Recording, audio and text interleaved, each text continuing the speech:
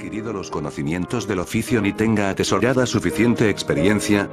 Si así fuera, dijo, no valdrían poco los utensilios. D, E, B, D, C, D, Comment. Compare S408C. Comment. 370B. XV, por consiguiente, seguí diciendo, cuanto más importante sea la misión de los guardianes, tanto más preciso será que se desliguen absolutamente de toda otra ocupación y realicen su trabajo con la máxima competencia y celo. Así, al menos, opino yo, dijo. Pero ¿no hará falta también un modo de ser adecuado a tal ocupación? ¿Cómo no? Entonces es misión nuestra, me parece a mí, el designar, si somos capaces de ello, las personas y cualidades adecuadas para la custodia de una ciudad. Misión nuestra, en efecto. Por Zeus. Exclamé entonces. No es pequeña la carga que nos hemos echado encima. Y, sin embargo, no podemos volvernos atrás mientras nuestras fuerzas nos lo permitan. No podemos, no, dijo. ¿Crees, pues, pregunté yo, que difieren en algo por su naturaleza, en lo tocante a la custodia, un can de raza y un muchacho de noble cuna? ¿A qué lo refieres? A que es necesario, creo yo, que uno y otro tengan viveza para darse cuenta de las cosas, velocidad para perseguir lo que hayan visto y también vigor, por si han de luchar una vez que le hayan dado alcance. De cierto, asintió, todo eso es necesario. Además han de ser valientes, si se quiere que luche bien. ¿Cómo no? Pero ¿podrá, acaso, ser valiente el caballo, perro o otro animal cualquier que no sea fogoso? ¿No has observado que la fogosidad es una fuerza irresistible e invencible, que hace intrépida e indomable ante cualquier peligro a toda alma que está dotada de ella? Lo he observado, sí. Entonces está claro cuáles son las cualidades corporales que deben concurrir en el guardián. En efecto. E igualmente por lo que al alma toca, ha de tener, menos, fogosidad. Sí, también. Pero siendo tal su carácter, Glaucón, dije yo, ¿cómo no van a mostrarse feroces unos con otros y con resto de los ciudadanos? Por Zeus. Contestó. No será fácil. Ahora bien, hace falta que sean amables para con sus conciudadanos, aunque fieros ante el enemigo. Y si no, no esperarán a que vengan otros a exterminarlos, sino que ellos mismos serán los primeros en destrozarse entre sí. Es verdad, dijo. ¿Qué hacer entonces? Pregunté. ¿Dónde vamos a encontrar un temperamento apacible y fogoso al mismo tiempo? Porque, según creo, mansedumbre y fogosidad son cualidades opuestas. Así parece. Pues bien, si una cualquiera de estas dos falta, no es posible que se dé un buen guardián. Pero como parece imposible conciliarlas, resulta así imposible también encontrar un buen guardián. Temo que así sea, dijo. Entonces yo quedé perplejo. Pero, después de reflexionar sobre lo que acabábamos de decir, continué. Bien merecido tenemos, amigo mío, este atolladero. Porque nos hemos apartado del ejemplo que nos propusimos. ¿Qué quieres decir? 375A, B, C, D, Comment. Es la primera vez que aparece la palabra técnica guardianes. CFLEC. 414 Basics, Comment. Primera aparición de Timoides y el sustantivo correspondier, Timos. Difícil escollo en que tropiezan todos los traductores. Los ingleses salen del paso bastante bien traduciendo por spirit y spirited o high, spirited, pero en los demás idiomas es imposible dar una versión enteramente satisfactoria. Pasión, fogosidad, cólera o nervio no dan más que una idea aproximada de este concepto típicamente platónico. La palabra procedía del círculo socrático, CF Genofmen. Ifuno, 3. Comment. CF Heráclito, FR. 22B85D, K. Es difícil luchar contra el Timos, pues, lo que desea, se lo compra a costa del alma, y Aristoet. Nick. 111B11 y 6. Que no nos hemos dado cuenta de que en realidad existen caracteres que, contra lo que creíamos, reúnen en sí estos contrarios. ¿Cómo? Es fácil hallarlos en muchas especies de animales, pero sobre todo entre aquellos con los que comparábamos a los guardianes. Supongo que has observado, como una de las características innatas en los perros de raza, que no existen animales más mansos para con los de la familia y aquellos a los que conocen, aunque con los de fuera ocurra lo contrario. Ya lo he observado, en efecto. Luego la cosa es posible, dije yo. No perseguimos pues, nada antinatural al querer encontrar un guardián así. Parece que no, Svi. Pero ¿no crees que el futuro guardián necesita todavía otra cualidad más? ¿Que ha de ser, además de fogoso, filósofo por naturaleza? ¿Cómo? Dijo. No entiendo. He aquí otra cualidad, dije, que puedes observar en los perros. cosa, por cierto, digna de admiración en un bestia. ¿Qué es ello? Que se enfurecen al ver a un desconocido, aunque no hayan sufrido previamente mal alguno de su mano, y, en cambio, hacen fiestas a aquellos a quienes conocen aunque jamás les hayan hecho ningún bien. ¿No te ha extrañado nunca esto? Nunca había reparado en ello hasta ahora, dijo, pero no hay duda de que así se comportan. Pues bien, ahí se nos muestra un fino rasgo de su natural verdaderamente filosófico. ¿Y cómo eso? Porque, dije, para distinguir la figura del amigo de la del enemigo no se basan en nada más sino en que la una la conocen y la otra no. Pues bien, no va a sentir deseo de aprender quién define lo familiar y lo ajeno por su conocimiento o ignorancia de uno y otro. No puede menos de ser así, respondió. Ahora bien, continué, ¿no son lo mismo el deseo de saber y la filosofía? Lo mismo, en efecto, convino. Podemos, pues, admitir confiadamente que para que el hombre se muestre apacible para con sus familiares y conocidos es preciso que sea filósofo y ávido de saber por naturaleza. Admitido, respondió. Luego tendrá que ser filósofo, fogoso, veloz y fuerte por naturaleza quien haya de desempeñar a la perfección su cargo de guardián en nuestra ciudad. Sin duda alguna, dijo. Tal será, pues, su carácter. Pero ¿con qué método los criaremos y educaremos? ¿Y no nos ayudará el examen de este punto a ver claro en el último objeto de todas nuestras investigaciones, que es el cómo nacen en una ciudad la justicia y la injusticia? No vayamos a omitir nada decisivo ni a extendernos en divagaciones. Entonces intervino el hermano de Glaucón. Desde luego, por mi parte espero que el tema resultará útil para nuestros fines. Entonces, querido Adimanto, no hay que dejarlo, por Zeus, aunque la discusión se haga un poco larga, dije yo. No, en efecto. Ea, pues. Vamos a suponer que educamos a esos hombres como si tuviéramos tiempo disponible para contar cuentos. Así hay que hacerlo. 376 A, B, C, D, E, Coment. Compárese O. SB 4 y 14, 30 y Heráclito. FR. 22B 97D, K. Porque los perros ladran a aquellos a quienes no conocen. Aristóteles. Fision. 809B. 14, 36, Ist. Anim. 629b8-638 atribuye parecidas características al león. Coment. Con verdaderamente se indica que filósofos está tomado en sentido etimológico, amante del conocimiento. Es bien. Pues bien, ¿cuál va a ser nuestra educación?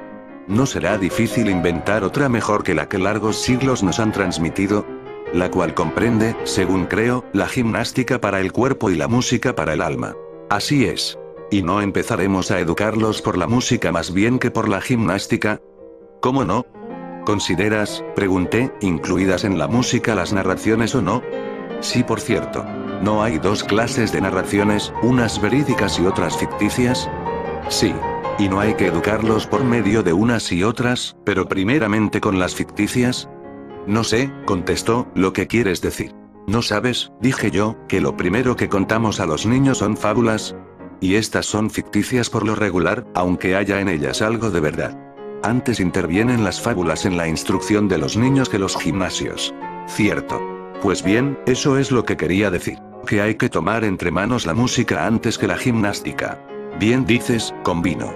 ¿Y no sabes que el principio es lo más importante en toda obra, sobre todo cuando se trata de criaturas jóvenes y tiernas? Pues se hallan en la época en que se dejan moldear más fácilmente y admiten cualquier impresión que se quiera dejar grabada en ellas. Tienes razón. Hemos de permitir, pues, tan ligeramente que los niños escuchen cualesquiera mitos, forjados por el primero que llegue, y que den cabida en su espíritu a ideas generalmente opuestas a las que creemos necesario que tengan inculcadas al llegar a mayores. No debemos permitirlo en modo alguno. Debemos, pues, según parece, vigilar ante todo a los forjadores de mitos y aceptar los creados por ellos cuando estén bien y rechazarlos cuando no. Y convencer a las madres y ayas para que cuenten a los niños los mitos autorizados, moldeando de este modo sus almas por medio de las fábulas mejor todavía que sus cuerpos con las manos. Y habrá que rechazar la mayor parte de los que ahora cuentan. ¿Cuáles? Preguntó. Por los mitos mayores, dije, juzgaremos también de los menores. Porque es lógico que todos ellos, mayores y menores, ostenten el mismo cuño y produzcan los mismos efectos. ¿No lo crees así? Desde luego, dijo. Pero no comprendo todavía cuáles son esos mayores de que hablas. Aquellos, dije, que nos relataban Hesíodo y Homero, y con ellos los demás poetas. Ahí tienes a los forjadores de falsas narraciones que han contado y cuentan a las gentes. ¿Qué clase de narraciones?, preguntó, ¿y qué tienes que censurar en ellas? Aquello, dije, que hay que censurar ante todo y sobre todo, especialmente si la mentira es además indecorosa. ¿Qué es ello? Que se da con palabras una falsa imagen de la naturaleza de dioses y héroes, como un pintor cuyo retrato no presentara la menor similitud con relación al modelo que intentara reproducir.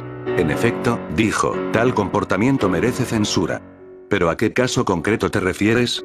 377a, b, c, d, e, coment. Platón es por una parte autor de algunos epigramas conservados, y, según es fama, de ditirambos y tragedias. Pero también un consumado atleta del que se cuenta que llegó a obtener victorias en las pruebas infantiles de los Juegos Sísmicos. Corre por ahí igualmente la leyenda de que, siendo su verdadero nombre Aristócles, como el de su abuelo paterno, el sobrenombre de Platón, alusivo a su vigorosa contextura, le había sido asignado por su profesor de gimnasia. Coment. Las madres y nodrizas trataban a los recién nacidos por medio de masajes. Compare Selec.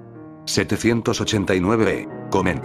El dual muestra que Platón emparejaba a Homero y Hesíodo como principales responsables de esta aberración.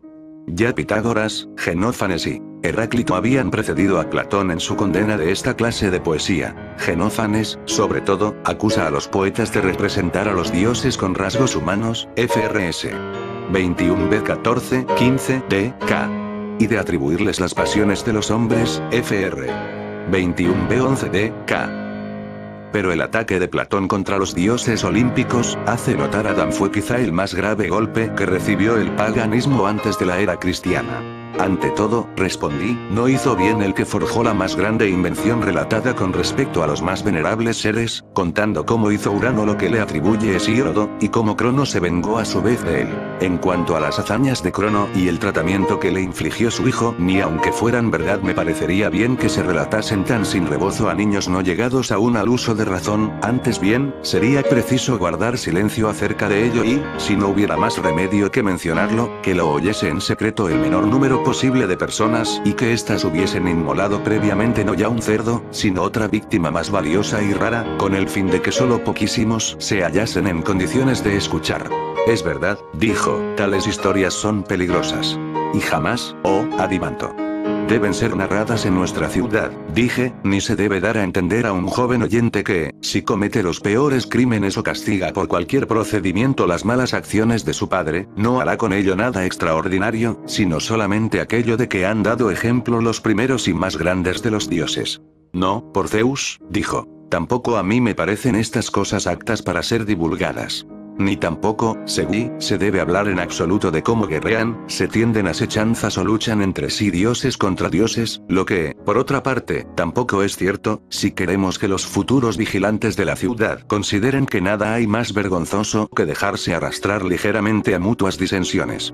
En modo alguno se les debe contar o pintar las gigantomaquias o las otras innumerables querellas de toda índole desarrolladas entre los dioses o héroes y los de su casta y familia. Al contrario, si hay modo de persuadirles de que jamás existió ciudadano alguno que se haya enemistado con otro y de que es un crimen hacerlo así, tales y no otros deben ser los cuentos que ancianos y ancianas relaten a los niños desde que estos nazcan. Y, una vez llegados los ciudadanos a la mayoría de edad, hay que ordenar a los poetas que inventen también narraciones de la misma tendencia. En cuanto a los relatos acerca de cómo fue arrojada Hera por su hijo o cómo, cuando se disponía Hefesto a defender a su madre de los golpes de su padre, fue lanzado por este al espacio y todas cuantas teomaquias inventó Hornero, no es posible admitirlas en la ciudad tanto si tienen intención alegórica como si no la tienen. Porque el niño no es capaz de discernir dónde hay alegoría y dónde no, y las impresiones recibidas a esa edad difícilmente se borran o desarraigan. Razón por la cual hay que poner, en mi opinión, el máximo empeño en que las primeras fábulas que escuche sean las más hábilmente dispuestas para exhortar al oyente a la virtud. Esbiriri. Sí, eso es razonable, dijo. Pero, si ahora nos viniese alguien a preguntar también qué queremos decir y a qué clase de fábulas nos referimos, ¿cuáles les podríamos citar? Y yo contesté. Ay, Adimanto. No somos poetas tú ni yo en este momento, sino fundadores de una ciudad. Y los fundadores no tienen obligación de componer fábulas, sino únicamente de conocer las líneas generales que deben seguir en sus mitos los poetas con el fin de no permitir que se salgan nunca de ellas. Tienes razón, asintió. Pero vamos a esto mismo. ¿Cuáles serían estas líneas generales al tratar de los dioses? Poco más o menos las siguientes, contesté. Se debe en mi opinión reproducir siempre al dios tal cual es, ya se le haga aparecer en una epopeya o en un poema lírico o en una tragedia. Tal debe hacerse, efectivamente. Pues bien, ¿no es la divinidad esencialmente buena y no se debe proclamar esto de ella? ¿Cómo no? 378a, b, c, d, e, 379a, b, coment, Hesíodo, Teoc. 154 y 6. Crono mutila afrentosamente a su padre Urano, que mantenía encarcelados a sus hijos. Coment. Zeus destierra a su padre Crono, que devoraba a su prole. El ejemplo del Padre Divino era una poderosa incitación al mal. Compárese Esquilo, Eum. 640, Aristóf. Nu. 904, 906 y 1080. Eurípides, Heracles, 1317, 1319. Plat. Eutipr. 5e, 6a. Platón se expresa de manera análoga en Lec. 886c, 941b. Compárese. Isócr. Xi 38, 43. Luciano, Men. 3. Coment. Como en los misterios de Eleusis. Coment. En las grandes Panateneas. Era ofrecida a Atena una vestidura con bordados que representaban escenas de la lucha entre dioses y gigantes. Coment. Píndaro, fr. 283 SN, M. Coment. Homero 71, 1586, 594. Coment. Il. XX1-74, Esxi 385, 513. Coment. Para evitar el considerar a Homero como un poeta impío, se solían buscar alegorías en sus poemas. Así Teágenes de Regio, Anaxágoras, Metrodoro de Lánsaco, Estesímbroto de Tasos y, en tiempos de Platón, los cínicos, en especial Antístenes. 392a, b, c. Coment. Pirito ayudó a Teseo en el primer rapto de Helena, y Teseo a Pirito cuando éste intentó secuestrar a Perséfone. Sófocles y Eurípides escribieron sendas obras llamadas Teseo. Coment. 378b, 380c. Coment. Esquilo, fr. 162r, de Lanfove. Una expresión parecida en Crit 121a. Coment. CF 343c. No entiendo qué quieres decir con eso, replicó entonces Adimanto. Pues hay que entenderlo, respondí. Quizá lo que voy a decir te ayudará a ello. No es una narración de cosas pasadas, presentes o futuras todo lo que cuentan los fabulistas y poetas. ¿Qué otra cosa puede ser? Dijo. Y esto no lo pueden realizar por narración simple, por narración imitativa 3 o por mezcla de uno y otro sistema. Este punto también necesito que me lo aclares más, dijo. Pues sí que soy un maestro ridículo y oscuro. Exclamé. Tendré, pues, que proceder como los que no saben explicarse. En vez de hablar en términos generales, tomaré una parte de la cuestión e intentaré mostrarte, con aplicación a ella, lo que quiero decir. Dime, vamos a ver.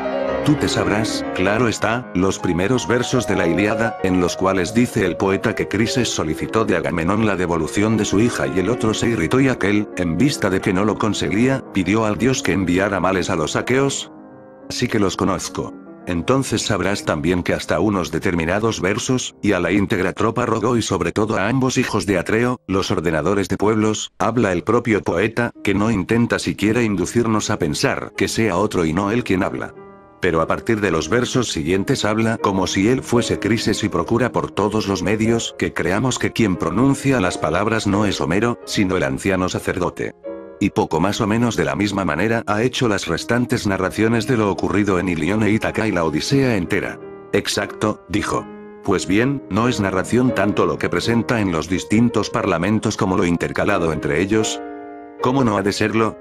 Y cuando nos ofrezca un parlamento en que habla por boca de otro, ¿no diremos que entonces acomoda todo lo posible su modo de hablar al de aquel de quien nos ha advertido de antemano que va a tomar la palabra?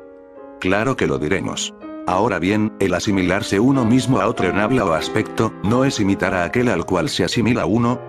¿Qué otra cosa va a ser? Por consiguiente, en un caso como este tanto el poeta, de que hablamos como los demás, desarrollan su narración por medio de la imitación. En efecto. En cambio, si el poeta no se ocultase detrás de nadie, toda su obra poética y narrativa se desarrollaría sin ayuda de la imitación. Para que no me digas que esto tampoco lo entiendes, voy a explicarte cómo puede ser así. Si Hornero, después de haber dicho que llegó Crises, llevando consigo el rescate de su hija, en calidad de suplicante de los aqueos y en particular de los reyes, continuase hablando como tal Homero, no como si se hubiese transformado en Crises, te darás perfecta cuenta de que en tal caso no habría imitación, sino narración simple expresada aproximadamente en estos términos: hablaré en prosa, pues no soy poeta. Llegó el sacerdote e hizo votos para que los dioses concedieran a los griegos el regresar indemnes después de haber tomado Troya, y rogó también que, en consideración al dios, le devolvieran su hija a cambio del rescate. Ante estas sus palabras, los demás asintieron respetuosamente, pero Agamenón se enfureció y le ordenó que se marchase enseguida para no volver más, no fuera que no le sirviesen de nada el cetro y las ínfulas del dios. Dijo que, antes de que le fuese devuelta su hija, envejecería esta en Argos acompañada del propio D.E. 393a, B, C, D. Coment. Se ha observado que la palabra mímesis va ganando en significado a lo largo de la República. Al principio solo designa el estilo dramático en oposición al narrativo, 392d, 394d. Luego adquiere carácter ético y se emplea en lo referente a costumbres y modos de ser, 394e, 395c, y, por último, la palabra tiene valor metafísico en la parte dedicada a ella del libro X. Coment. Rasgo socrático defina. Cortesía. En lugar de atribuir incomprensión al discípulo, dice haberse mostrado él torpe como maestro. Coment. Il 115, 16. Coment. Paráfrasis de Il.I 12, 16. Agamenón.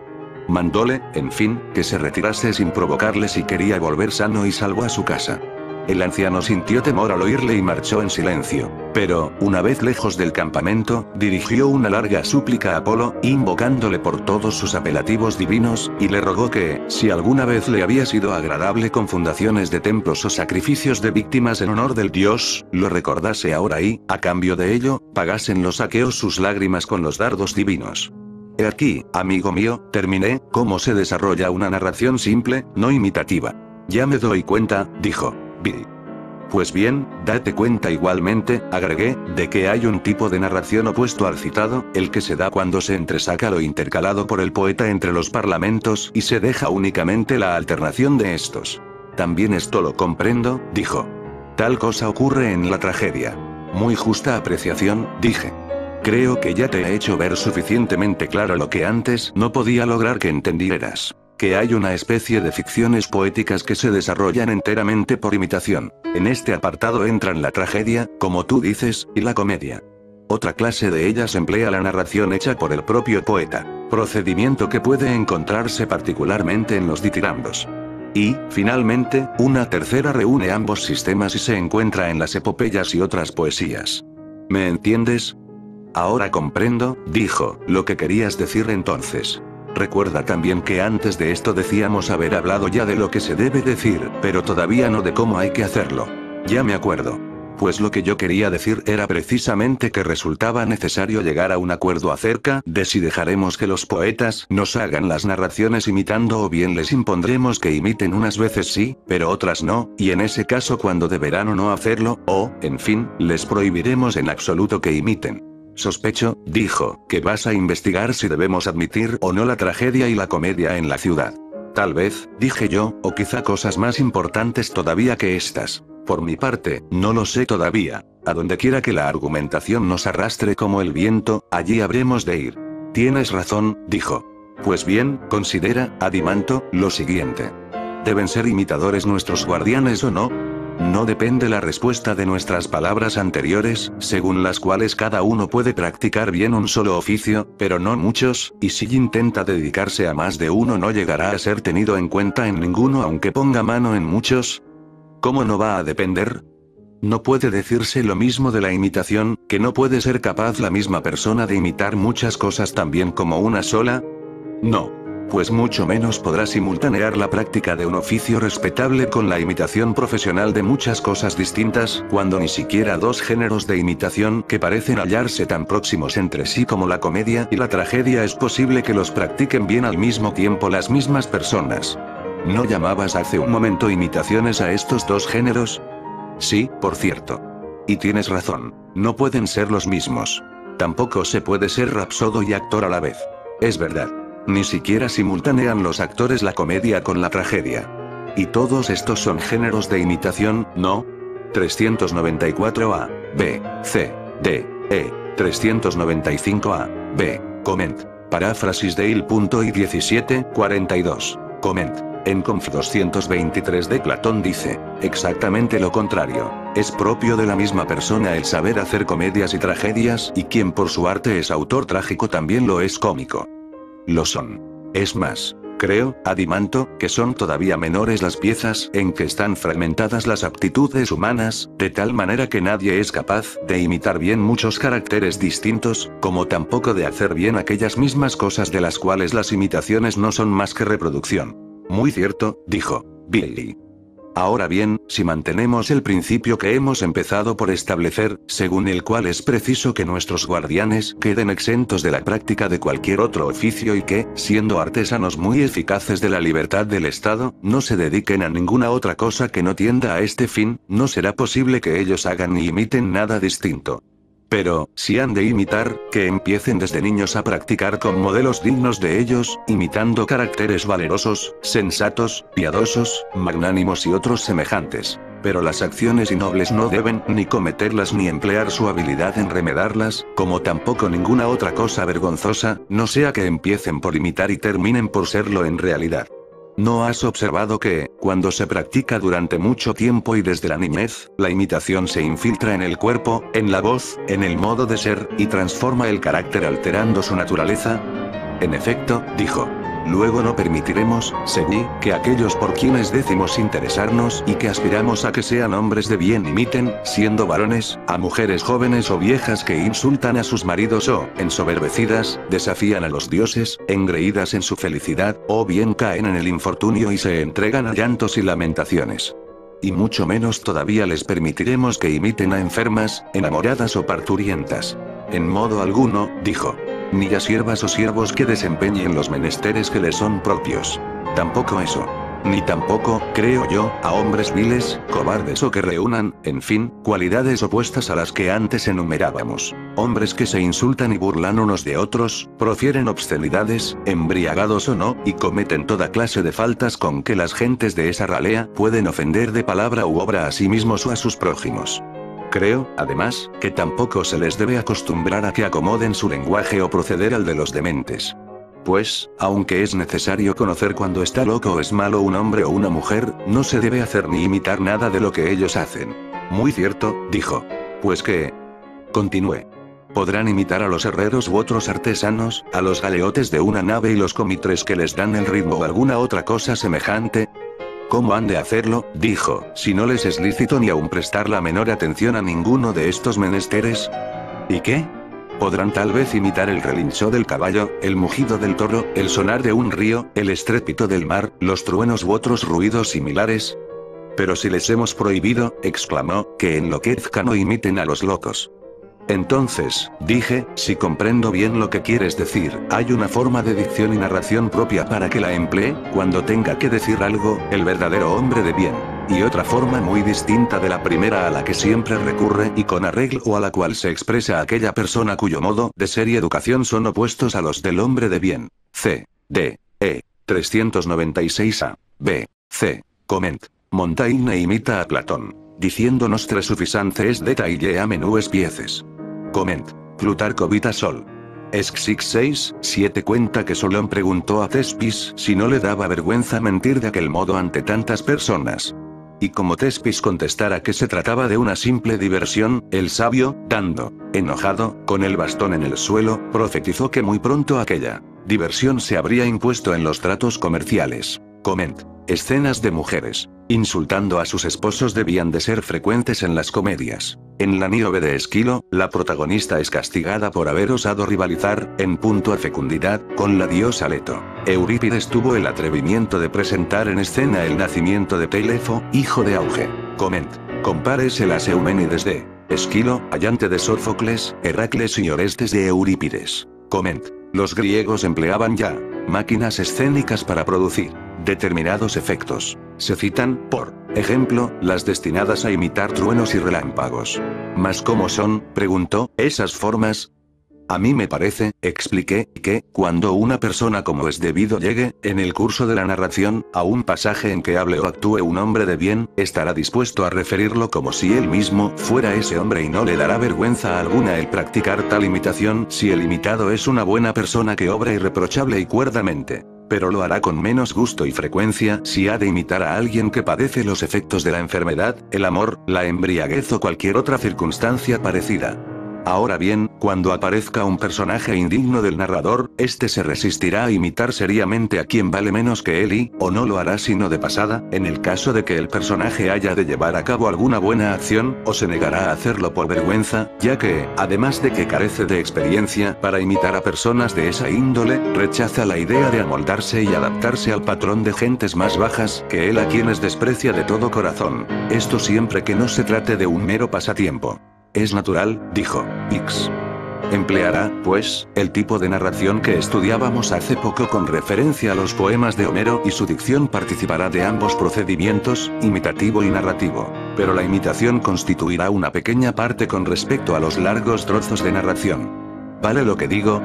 Vale, dijo. He ahí el tipo de dicción que es fuerza que emplee un narrador como ese. En cambio, continué, cuanto menos valga el hombre que no sea así, tanto más se inclinará a contarlo todo y no considerar nada como indigno de su persona, de modo que no habrá cosa que no se arroje a imitar seriamente y en presencia de muchos. Por ejemplo, imitará, como antes decíamos, truenos, bramar de vientos y resonar de granizos, chirridos de ejes y poleas, trompetas, flautas, siringas, sones de toda clase de instrumentos y hasta voces de perros, ovejas y pájaros.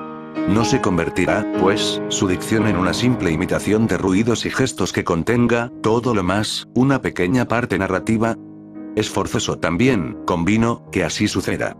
Pues ahí tienes, concluí las dos clases de dicción de que hablaba. En efecto, así son, dijo él.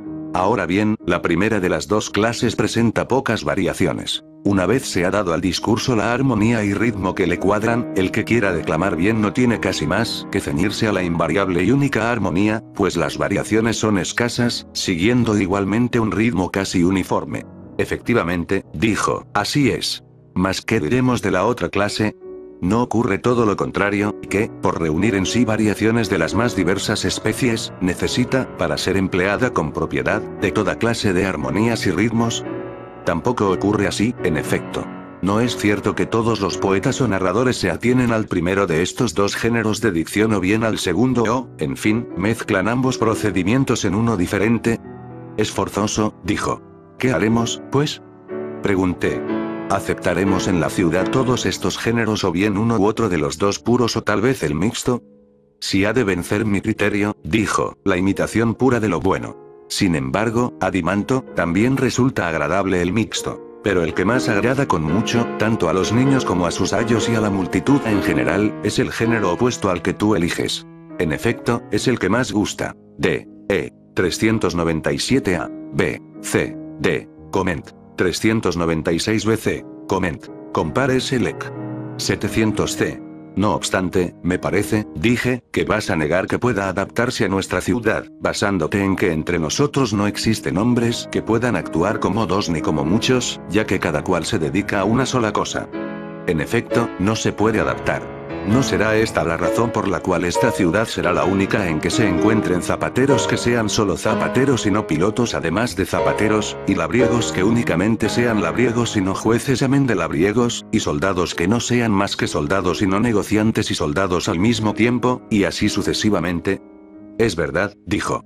Parece, pues, que, si un hombre capacitado por su inteligencia para adoptar cualquier forma e imitar todas las cosas, llegara a nuestra ciudad con intención de exhibirse con sus poemas, caeríamos de rodillas ante él como ante un ser divino, admirable y seductor, pero, indicándole que ni existen entre nosotros hombres como él ni está permitido que existan, lo reexpediríamos con destino a otra ciudad, no sin haber vertido mirra sobre su cabeza y coronado esta de lana. Y, por lo que a nosotros toca, nos contentaríamos, por nuestro bien, con escuchar a otro poeta o fabulista más austero, aunque menos agradable, que no nos imitara más que lo que dicen los hombres de bien ni se saliera en su lenguaje de aquellas normas que establecimos en un principio, cuando comenzamos a educar a nuestros soldados. Efectivamente, dijo, así lo haríamos si se nos diese oportunidad. Pues bien, continué. Ahora parece, querido amigo, que hemos terminado por completo con aquella parte de la música relacionada con los discursos y mitos. Ya se ha hablado de lo que hay que decir y de cómo hay que decirlo. Así lo creo yo también, dijo. X, después de esto, seguí, nos queda aún lo referente al carácter del canto y melodía, ¿no? Evidentemente. Ahora bien, no está al alcance de todo el mundo el adivinar lo que vamos a decir, si hemos de ser consecuentes con lo ya hablado, acerca de cómo deben ser uno y otra. Entonces Glaucón se echó a reír y dijo: por mi parte, Sócrates, temo que no voy a hallarme incluido en ese mundo de que hablas. Pues por el momento no estoy en condiciones de conjeturar qué es lo que vamos a decir, aunque lo sospecho. De todos modos, contesté, supongo que esto primero sí estarás en condiciones de afirmarlo. Que la melodía se compone de 3 elementos, que son letra, armonía y ritmo. Sí, dijo. Eso al menos lo sé. Ahora bien, tengo entendido que las palabras de la letra en nada difieren de las no acompañadas con música en cuanto a la necesidad de que unas y otras se atengan a la misma manera y normas establecidas hace poco. Es verdad, dijo. Por lo que toca a la armonía y ritmo, han de acomodarse a la letra. ¿Cómo no? Ahora bien, dijimos que en nuestras palabras no necesitábamos para nada de trenos y lamentos. No, efectivamente. ¿Cuáles son, pues, las armonías lastimeras? Dímelas tú, que eres músico, la lidia mixta, en número, la lidia tensa y otras semejantes. Tendremos, por tanto, que suprimirlas, ¿no? Dije. Porque no son aptas ni aun para mujeres de mediana condición, cuanto menos para varones. Exacto.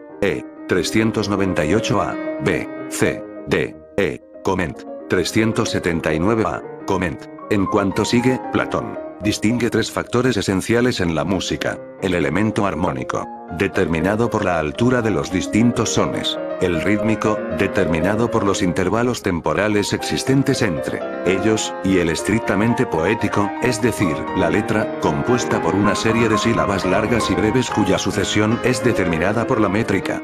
La música primitiva griega adaptaba la melodía a la letra y no al contrario. Tal es, como puede verse, la opinión de Platón. Más tarde se dio mayor importancia a lo estrictamente musical, en detrimento de la letra, costumbre que ha perdurado hasta nuestros días. Recuérdese el escaso valor literario de la mayor parte de los libretos de ópera. Coment. La crítica moderna no ha llegado a ponerse enteramente de acuerdo sobre el valor de armonía, que suele traducirse por armonía o modo musical. Puede decirse que armonía es el sistema de los intervalos tonales comprendidos entre el sonido final y los otros empleados en la melodía, independientemente de la altura absoluta de cada uno de los sones. Se distinguen 7 armonías: mixolidia o lidia mixta, lidia, con la que hay que identificar, al parecer, la lidia tensa de Platón, frigia, doria, hipolidia o lidia laxa. Hipofrigia o jonia laxa, debió de haber una jonia tensa, pero no se sabe nada de ella, e hipodoría o locría, no citada esta última por Platón. De las 6 restantes, las 2 primeras, cuya final melódica es una mediante, son condenadas por excesivamente lastimeras. Las 2 últimas, terminadas en tónica, lo son por demasiado muelles y convivales u orgiásticas. Quedan, pues, la frigia y la doria, de carácter severamente educativo, cuya terminación melódica recae sobre una dominante. Tampoco hay nada menos apropiado para los guardianes que la embriaguez, molicie y pereza. ¿Cómo va a haberlo? Pues bien, ¿cuáles de las armonías son muelles y convivales? Hay variedades de la jonia y lidia, dijo, que suelen ser calificadas de laxas. ¿Y te servirías alguna vez de estas armonías, querido, ante un público de guerreros? En modo alguno, negó. Pero me parece que omites la doria y frigia. Es que yo no entiendo de armonías, dije, mas permite aquella que sea capaz de imitar debidamente la voz y acentos de un héroe que, en acción de guerra u otra esforzada empresa, sufre un revés o una herida o la muerte u otro infortunio semejante y, sin embargo, aun en tales circunstancias se defiende firme y valientemente contra su mala fortuna. Y otra que imite a alguien que, en una acción pacífica y no forzada, sino espontánea, intenta convencer a otro de algo o le suplica, con preces si es un dios o con advertencias o amonestaciones si se trata de un hombre. O al contrario, que atiende a los ruegos, lecciones o reconvenciones de otro y, habiendo logrado, como consecuencia de ello, lo que apetecía, no se envanece, antes bien, observa en todo momento sensatez y moderación y se muestra satisfecho con su suerte. Estas dos armonías, violenta y pacífica, que mejor pueden imitar las voces de gentes desdichadas o felices, prudentes o valerosas, son las que debes dejar.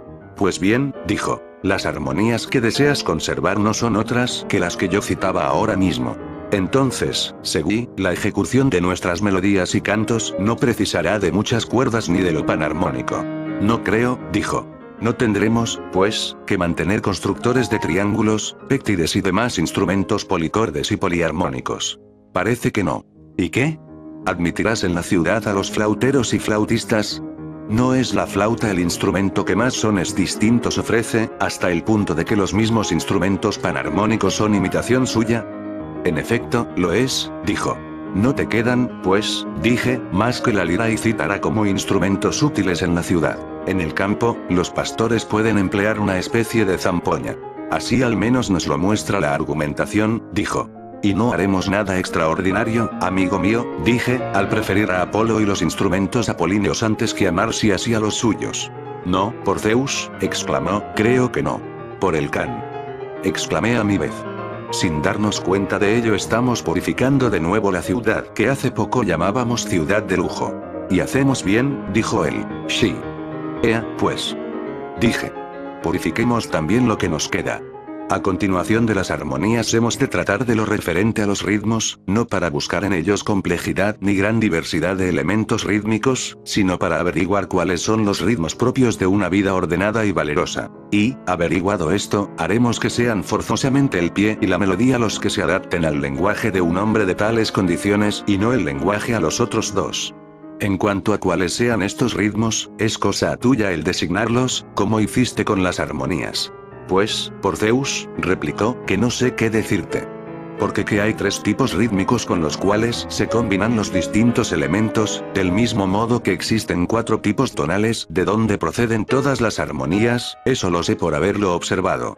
Pero lo que no puedo decir es qué clase de vida refleja cada uno de ellos. 399a, B, C, D, E, 400a, coment.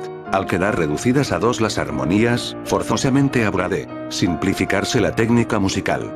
No hará falta una gran variedad de sones, ni tampoco será preciso un estilo panarmónico, es decir, en que se pase libremente de una a otra armonía. Nuestra traducción lo panarmónico es deliberadamente literal, pues no está muy claro su verdadero sentido y ni siquiera si se trata de un estilo o de un simple instrumento. Coment. Son instrumentos exóticos, complicados y aptos para interpretar armonías muelles y voluptuosas. Coment. Literalmente más cuerdas. Distintas, aunque es evidente que cuerda sustituye metafóricamente a son. A continuación llama panarmónicos como más arriba, poliarmónicos, o aquellos instrumentos que, por su gran perfección y complejidad, resultaban aptos para la música panarmónica. Coment. Es conocidísimo el mito de Apolo y el sátiro Marsias, que, derrotado con su flauta por la cítara del dios en competición juzgada por las musas, fue desollado por aquel. Apolo era considerado como inventor de la cítara, pero la lira más bien era atribuida a Hermes, y la siringa a Pan. La flauta fue primeramente tenida por un invento de Atenea, pero, al perder su importancia en Atenas como instrumento de la clase elevada, se creó la leyenda de que Marsias cogió la flauta que había arrojado la diosa, cansada de su propio invento. Coment. Es conocido este pintoresco juramento eufemístico de Sócrates, que puede encontrarse también en Apol. 21e. Coment. 372e. Coment. También es sumamente complicada la cuestión de los ritmos. Suele llamarse basis, base, a una dipodía o combinación de dos pies con un solo ictus principal. Pero aquí parece que Sócrates emplea la palabra como sinónimo de pie. Nosotros nos servimos de una expresión intencionadamente ambigua. Elementos rítmicos. Coment. Los tres tipos rítmicos oide parecen ser los llamados gene por Arístides Quintiliano, 134. Toison, en que las dos partes del pie están en relación de 2, p. Ej.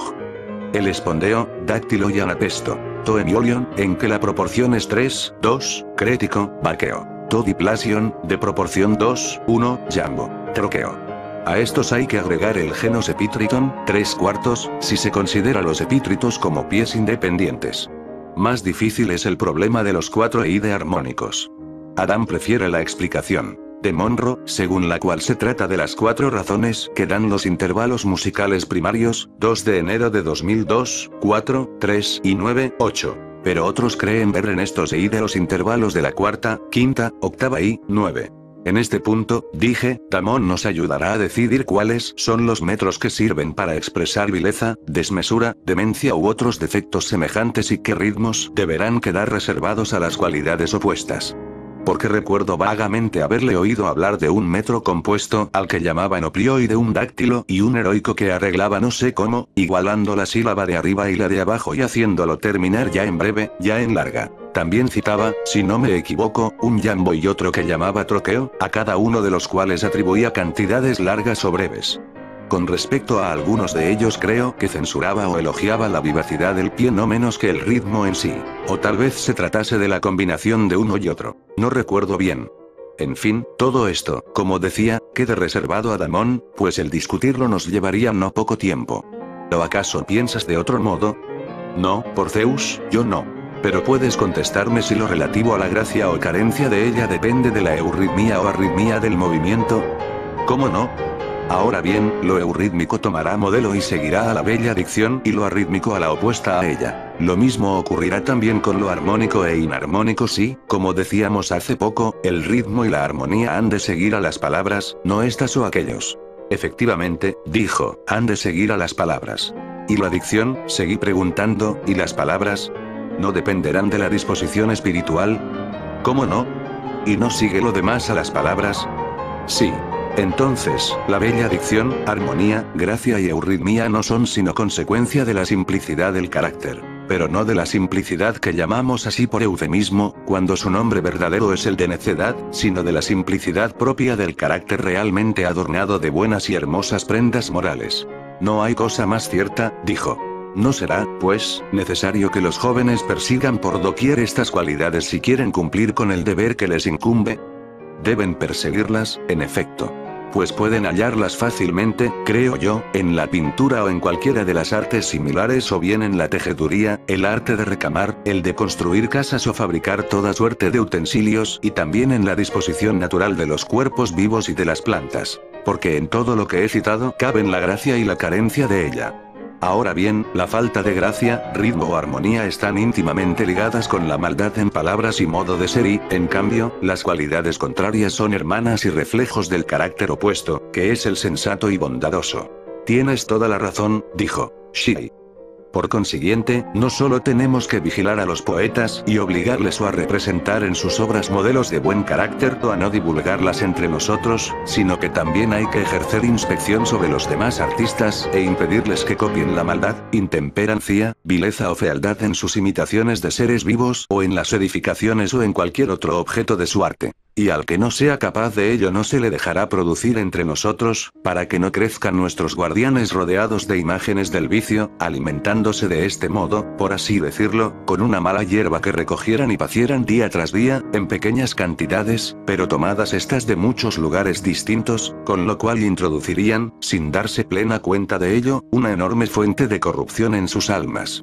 Hay que buscar, en cambio, a aquellos artistas cuyas dotes naturales les guían al encuentro de todo lo bello y agraciado. B. C. D. E. 401a. B. C. D. Coment. Sócrates, que en este punto finge una gran ignorancia, si quizá natural en él, extraña en Platón, que gozó de una esmerada educación musical, remite a Damón, músico ateniense, consejero de Pericles, que estudió la influencia moral de los modos, ritmos y metros, compárese 400c, 424c, Lach. 200b. Coment. El enoplio no es precisamente un pie, sino un ritmo anapéstico propio de la marcha. Más especialmente se aplica el nombre a un verso igual en su forma al prosodíaco cataléctico, El dáctilo es el conocido pie épico, El heroico debe de ser el ritmo dactílico, que comprende dáctilos y espondeos. Lo que sigue es algo confuso. Parece que Damón, en sus explicaciones orales, escribía, arriba la arsis o tiempo débil y abajo la tesis o tiempo fuerte, p. Igualando la sílaba de arriba y la de abajo quiere decir, pues, demostrando que una y otra son iguales, en el genósison. Compárese nota 400a, y haciéndolo terminar ya en breve, ya en larga significará incluyendo en el ritmo. dáctilos, y espondeos.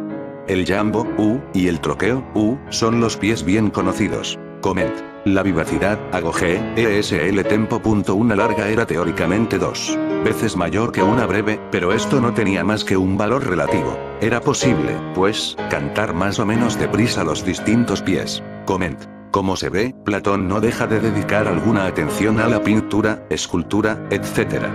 Aunque sus prescripciones se refieren principalmente a la música y poesía. De este modo los jóvenes vivirán como en un lugar sano, donde no desperdiciarán ni uno solo de los efluvios de belleza que, procedentes de todas partes, lleguen a sus ojos y oídos, como si se les aportara de parajes saludables un aura vivificadora que les indujera insensiblemente desde su niñez a imitar, amar y obrar de acuerdo con la idea de belleza.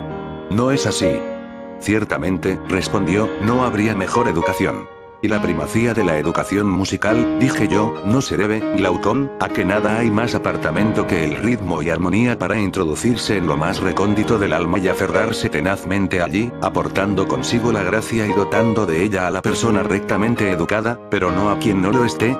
Y no será la persona debidamente educada en este aspecto quien con más claridad perciba las deficiencias o defectos en la confección o naturaleza de un objeto y a quien más, y con razón, le desagraden tales deformidades, mientras, en cambio, sabrá alabar lo bueno, recibirlo con gozo y, acogiéndolo en su alma, nutrirse de ello y hacerse un hombre de bien. Rechazará, también con motivos, y odiará lo feo ya desde niño, antes aún de ser capaz de razonar. Y así, cuando le llegue la razón, la persona así educada la verá venir con más alegría que nadie, reconociéndola como algo familiar.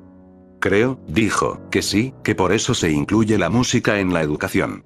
Pues bien, seguí, así como al aprender las letras no nos hallábamos suficientemente instruidos mientras no conociésemos todas ellas, que, por lo demás, son pocas, en todas las combinaciones en que aparecen, sin despreciar ninguna, pequeña o grande, como indigna de que nos fijásemos en ella, antes bien, aplicándonos con celo a distinguir todas y cada una de las letras, convencidos de que no sabríamos leer mientras no obrásemos de aquel modo.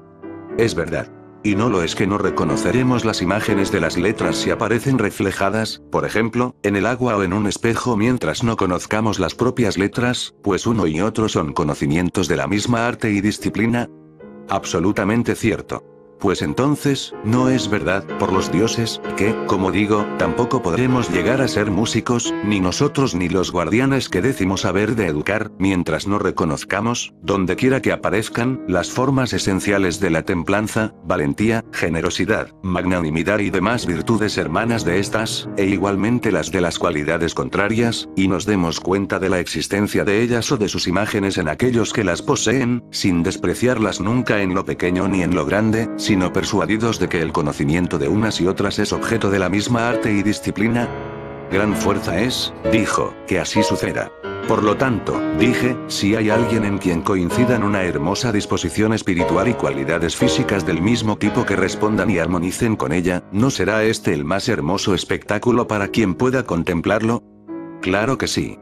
¿Y lo más bello no es lo más amable? ¿Cómo no ha de serlo? Entonces el músico amará a las personas que se parezcan lo más posible a la que he descrito. En cambio, no amará a la persona inarmónica. No la amará objeto, si sus defectos son de orden espiritual. Pero, si atañen al cuerpo, los soportará tal vez y se mostrará dispuesto a amarla. Ya comprendo, repliqué.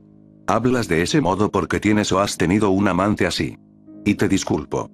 Pero respóndeme a esto. ¿Tiene algo de común el abuso del placer con la templanza? ¿Qué ha de tenerlo? Dijo, si perturba el alma no menos que el dolor. 402a, b, c, d, coment. Es decir, en la música. Coment. 368d, coment. La palabra eide no tiene aquí valor técnico alguno. Compárese nota 435b. ¿Y con la virtud en general? En absoluto. Entonces ¿qué? ¿Acaso con la desmesura e incontinencia? Más que con ninguna otra cosa. ¿Y puedes citarme algún otro placer mayor ni más vivo que el placer venéreo? No lo hay, respondió, ni ninguno tampoco más parecido a la locura. ¿Y no es el verdadero amor un amor sensato y concertado de lo moderado y hermoso? Efectivamente, respondió. Entonces no hay que mezclar con el verdadero amor nada relacionado con la locura o incontinencia. No hay que mezclarlo. No se debe, pues, mezclar con él el placer de que hablábamos, ni debe intervenir para nada en las relaciones entre amante y amado que amen y sean amados como es debido. No, por Zeus, con vino, no se debe mezclar, oh, Sócrates. Por consiguiente, tendrás, según parece, que dar a la ciudad que estamos fundando una ley que prohíba que el amante bese al amado, esté con él y le toque sino como a un hijo, con fines honorables y previo su consentimiento, y prescriba que, en general, sus relaciones con aquel por quien se afane sean tales que no den jamás lugar a creer que han llegado a extremos mayores que los citados. Y, si no, habrá de sufrir que se le moteje de ineducado y grosero. Así será, dijo. Pues bien, ¿no te parece a ti, concluí, que con esto finaliza nuestra conversación sobre la música? Por cierto, que ha terminado por donde debía terminar, pues es preciso que la música encuentre su fin en el amor de la belleza. De acuerdo, convino Shirley.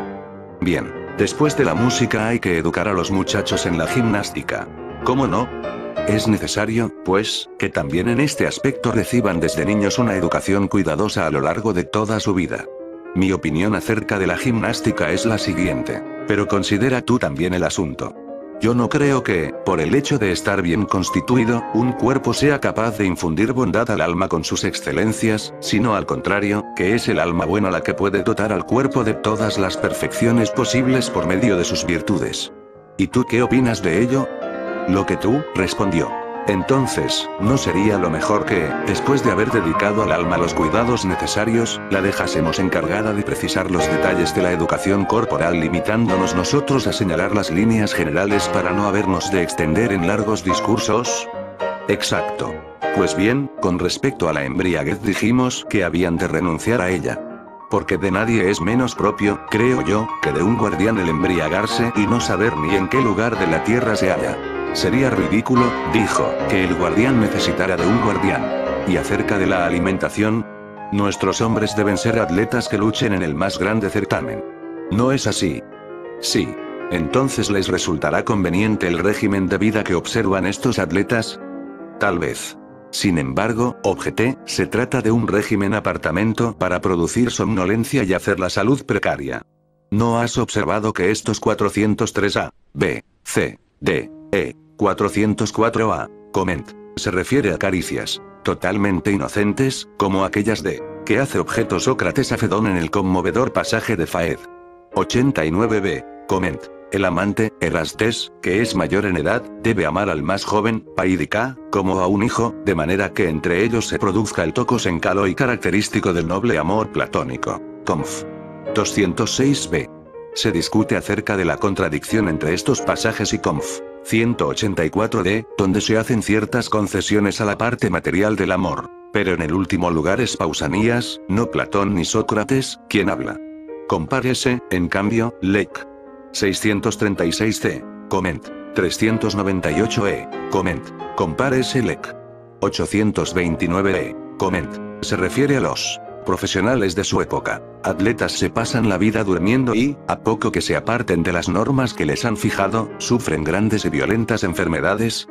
Sí, lo he observado. Es necesario, pues, dije, un régimen de vida más flexible para nuestros atletas guerreros, ya que tienen por fuerza que estar, como los canes, siempre en vela, tener sumamente aguzados vista y oído y, aunque cambien muchas veces de aguas y alimentos o padezcan soles y temporales en sus campañas, su salud no debe sufrir quebranto alguno. Así me parece a mí. ¿No será, pues, la mejor gimnástica hermana de la música de que hace poco hablábamos? ¿A qué te refieres? A una gimnástica sencilla y equilibrada, sobre todo si la han de practicar soldados. Pues ¿cómo será esta? Hasta en Homero, aclaré, pueden hallarse ejemplos de ella. Ya sabes que, cuando comen los héroes en campaña, el poeta no les sirve pescados a pesar de que están a orillas del mar, en el Helesponto, ni carne guisada, sino únicamente asada, que es la que mejor pueden procurarse los soldados. Porque, por regla general, es más fácil en todas partes encender un fuego que ir acá y allá con las ollas por delante. Mucho más. Tampoco, que yo recuerde, hace Homero mención jamás de las golosinas. ¿No es algo sabido por todos los atletas que, para que un cuerpo esté en buenas condiciones, hay que abstenerse de toda esta clase de manjares? Lo saben muy bien, asintió. Y, en efecto, se abstienen de ellos. No creo, pues, que apruebes, amigo mío, la cocina siracusana ni la variedad de guisos que se comen en Sicilia, si es que te parece que esto está bien. Me temo que no. También censurarás, por consiguiente, que tengan una amiguita corintía los hombres que deben mantener sus cuerpos en forma. Claro que lo censuro.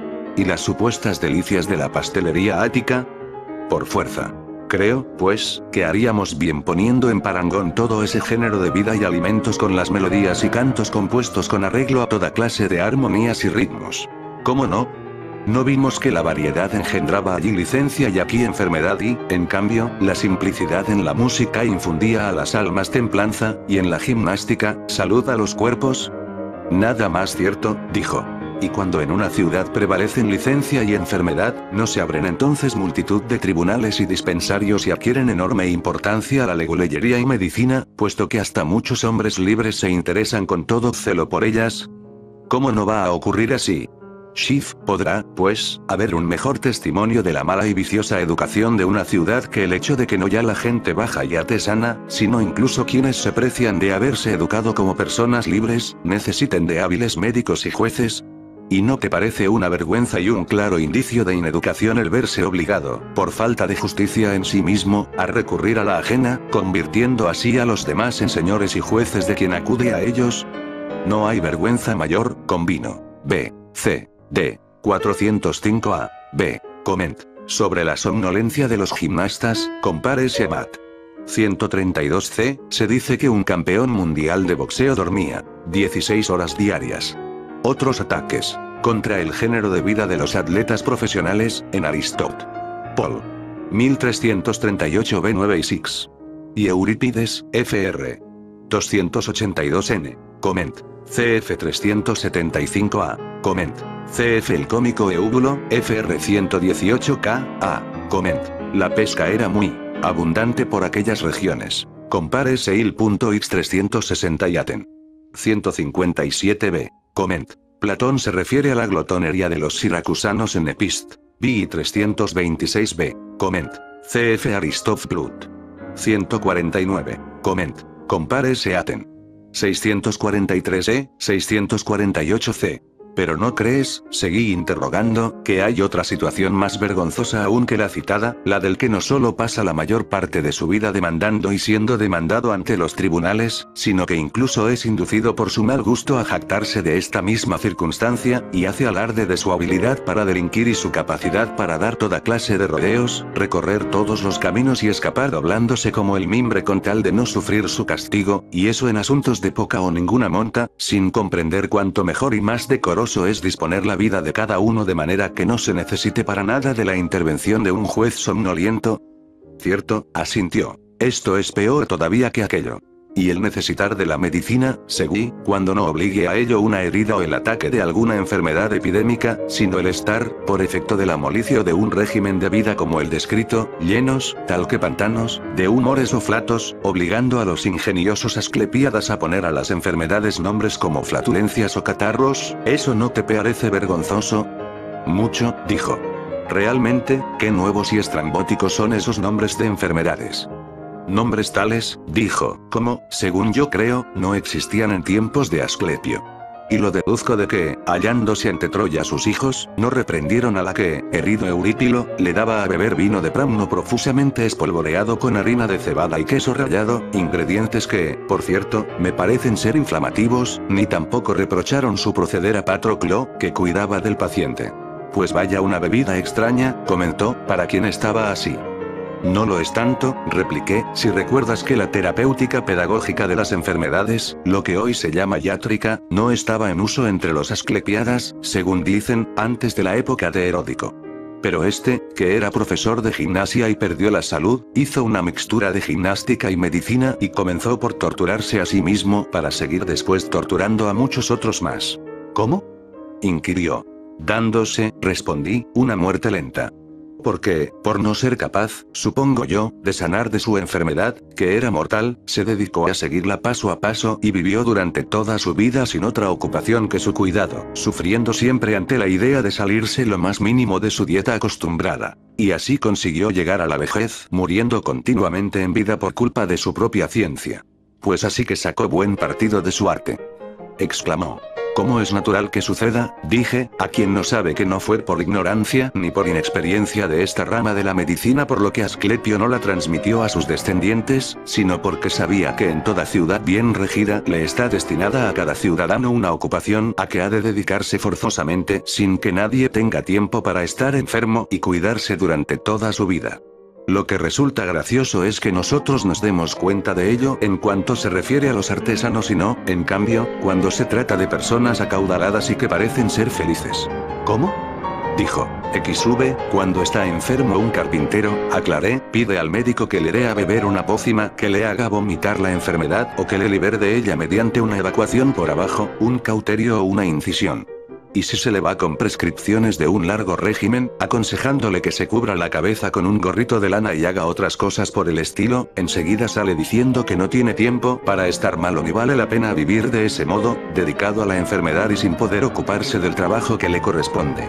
Y luego manda a paseo C, D, E, 406 A, B, C, D, E, coment. Los Asclepíadas eran los miembros de una escuela de medicina que actuaba en Cirene, Rodas, Cosinido.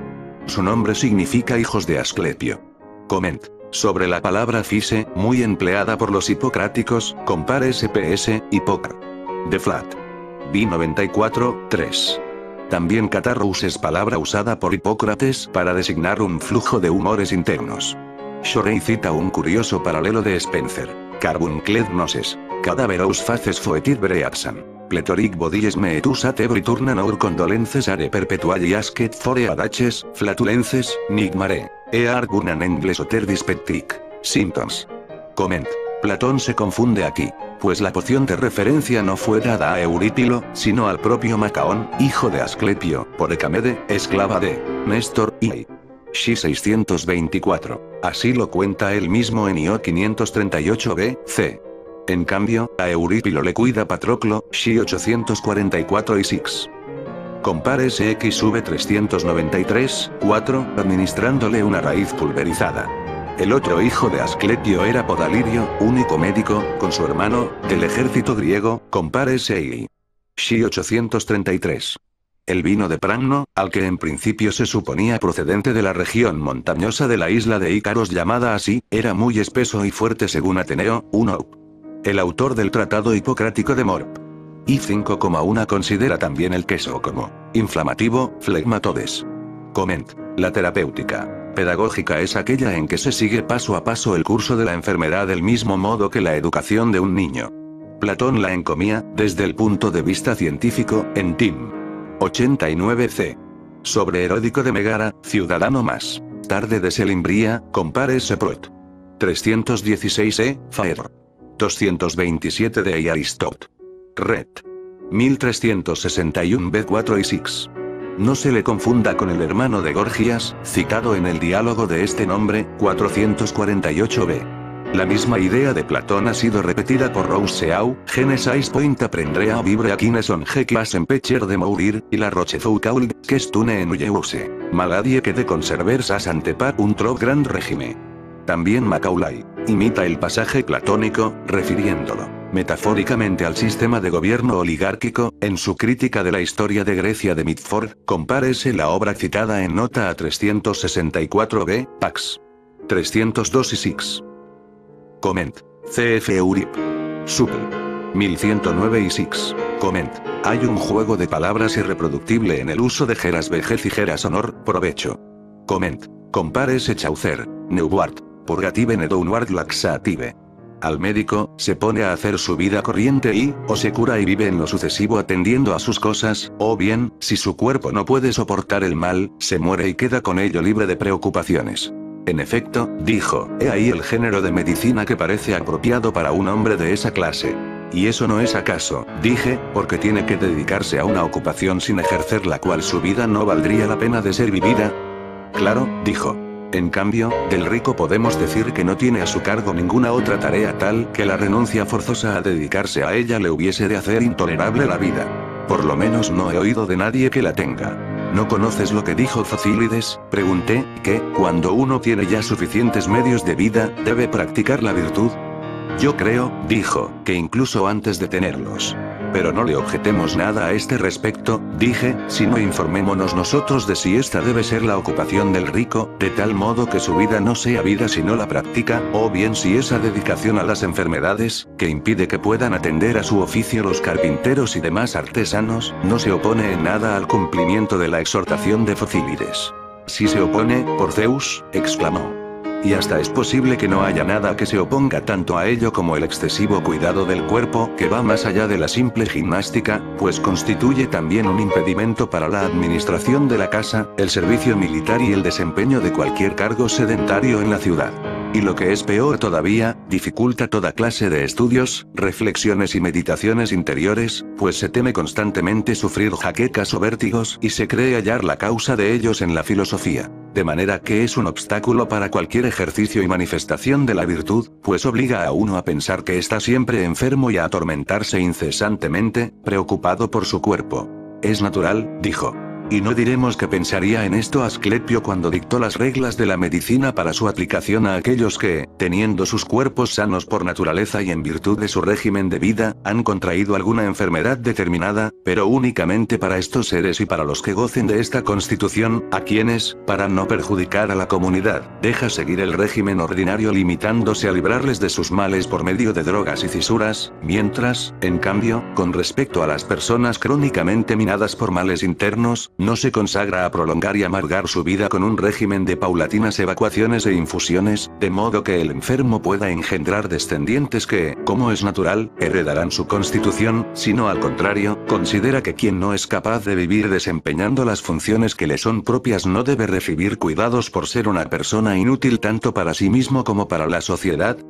¡Qué buen político fue, según tú, Asclepio! Exclamó. Claro que lo fue, dije. ¿Y no ves cómo sus hijos, que tan excelentes guerreros demostraron ser frente a Troya, empleaban la medicina del modo que he descrito?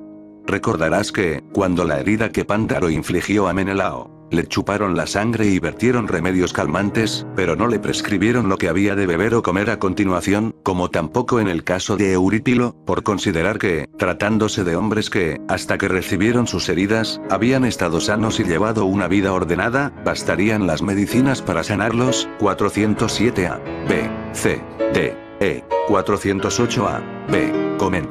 Focílides, fr. 2w algo semejante en Horacio, Epist.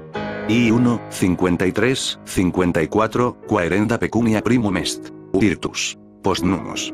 Coment. Es decir, el practicarla. Virtud. Coment. En un apotegma lacónico. Recogido por Plutarco, Apot. Lac. 231a. Se dice que el mejor médico es el que no pudre a los enfermos, sino los entierra cuanto antes. Coment. Il. If 218, 219, el sujeto es Macaón solo, pero aquí Platón acomoda el pasaje a su texto de modo que forme un hexámetro. Aunque se diese la circunstancia de que en el mismo momento se hallasen bebiendo una mixtura como aquella. Pero de las personas constitucionalmente enfermizas o de costumbres desarregladas pensaban que, como la prolongación de su vida no había de reportar ventaja alguna a sí mismos ni a sus prójimos, no debía aplicarse a estos seres el arte médico ni era posible atenderles aunque fuesen más ricos que el mismo Midas. Muy inteligentes los hijos de Asclepio, exclamó, a juzgar por lo que dices. Esbi. Como tenían que ser, respondí. Sin embargo, los trágicos y Píndaro cuentan, apartándose de nuestras normas, que Asclepio, hijo de Apolo, fue inducido por dinero a sanar a un hombre rico que estaba ya muriéndose, lo que le costó ser fulminado. Pero nosotros, de acuerdo con lo antes dicho, no les creeremos ambas afirmaciones. Si era hijo de Dios, objetaremos, no pudo ser codicioso. Y si lo era, no sería hijo de ningún dios. Muy bien está eso, dijo. ¿Pero qué me dices de esto otro, Sócrates? ¿No es preciso que haya en la ciudad buenos médicos? Y estos serán, me figuro yo, aquellos por cuyas manos hayan pasado más personas sanas y enfermas, del mismo modo que también son buenos jueces los que han tratado con más hombres de los más distintos modos de ser. En efecto, convine, e incluso muy buenos. ¿Pero sabes a quiénes tengo por tales? Si tú me lo dices. Respondió. Voy a intentarlo, dije. Aunque tú has unido en la pregunta dos cuestiones diferentes. ¿Cómo? Preguntó. Los médicos más hábiles, respondí, serán aquellos que, además de tener bien aprendida su profesión, hayan estado desde niños en contacto con la mayor cantidad posible de cuerpos mal dotados físicamente, y, no gozando ellos de muy robusta constitución, hayan sufrido personalmente toda clase de enfermedades. Porque no es con el cuerpo, creo yo, con lo que cuidan de los cuerpos, pues en ese caso no sería admisible que ellos estuviesen o cayesen jamás enfermos, sino con el alma, que, si eso se hace mala, no se hallará en condiciones de cuidar bien de nada. Exactamente, asintió. En cambio, amigo mío, el juez gobierna las almas por medio del alma, a la cual no podemos exigir que se haya formado desde la niñez en el trato y familiaridad con otras almas malas, ni que haya recorrido personalmente toda la escala de las acciones criminales solamente con el fin de que, basada en su propia experiencia, pueda conjeturar con sagacidad en lo tocante a los delitos de los demás como el médico con respecto a las enfermedades corpóreas. Al contrario, es preciso que se haya mantenido pura y alejada de todo ser vicioso durante su juventud si se quiere que su propia honradez la capacite para juzgar con criterio sano acerca de lo que es justo. Razón por la cual las buenas personas parecen simples cuando jóvenes y se dejan engañar fácilmente por los malos. Es porque no tienen en sí mismos ningún modelo que les permita identificar a los seres perversos.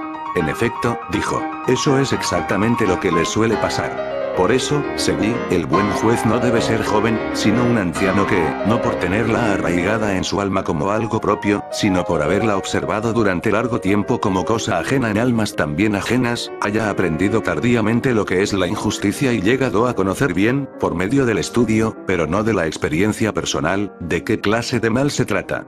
Qué noble parece ser ese juez. Exclamó. C. D. E. 409 A. B. C. Coment. El frigio Midas era el prototipo de la riqueza para los griegos. Compárese Kirsch. Fr 12, 6W. Coment. Esquilo, Agam. 1022 y 6. Eurípides, Alc. 3 y 6.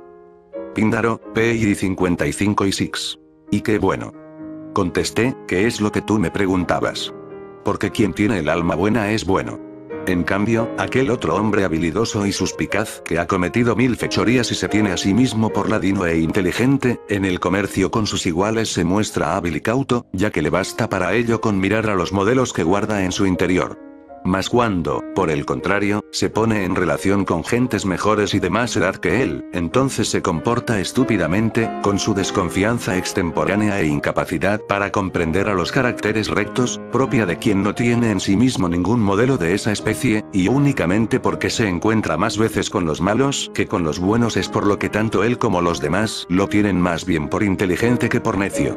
Sí, dijo, así sucede. Es bien.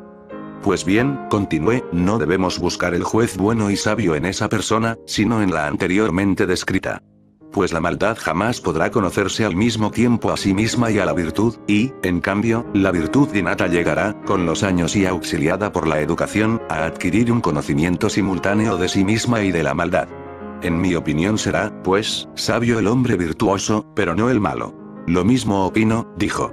No tendrás, pues, que establecer en la ciudad, junto con esa judicatura, un cuerpo médico de individuos como aquellos de que hablábamos, que cuiden de tus ciudadanos que tengan bien constituidos cuerpo y alma, pero, en cuanto a los demás, dejen morir a aquellos cuya deficiencia radique en sus cuerpos o condenen a muerte ellos mismos a los que tengan un alma naturalmente mala e incorregible.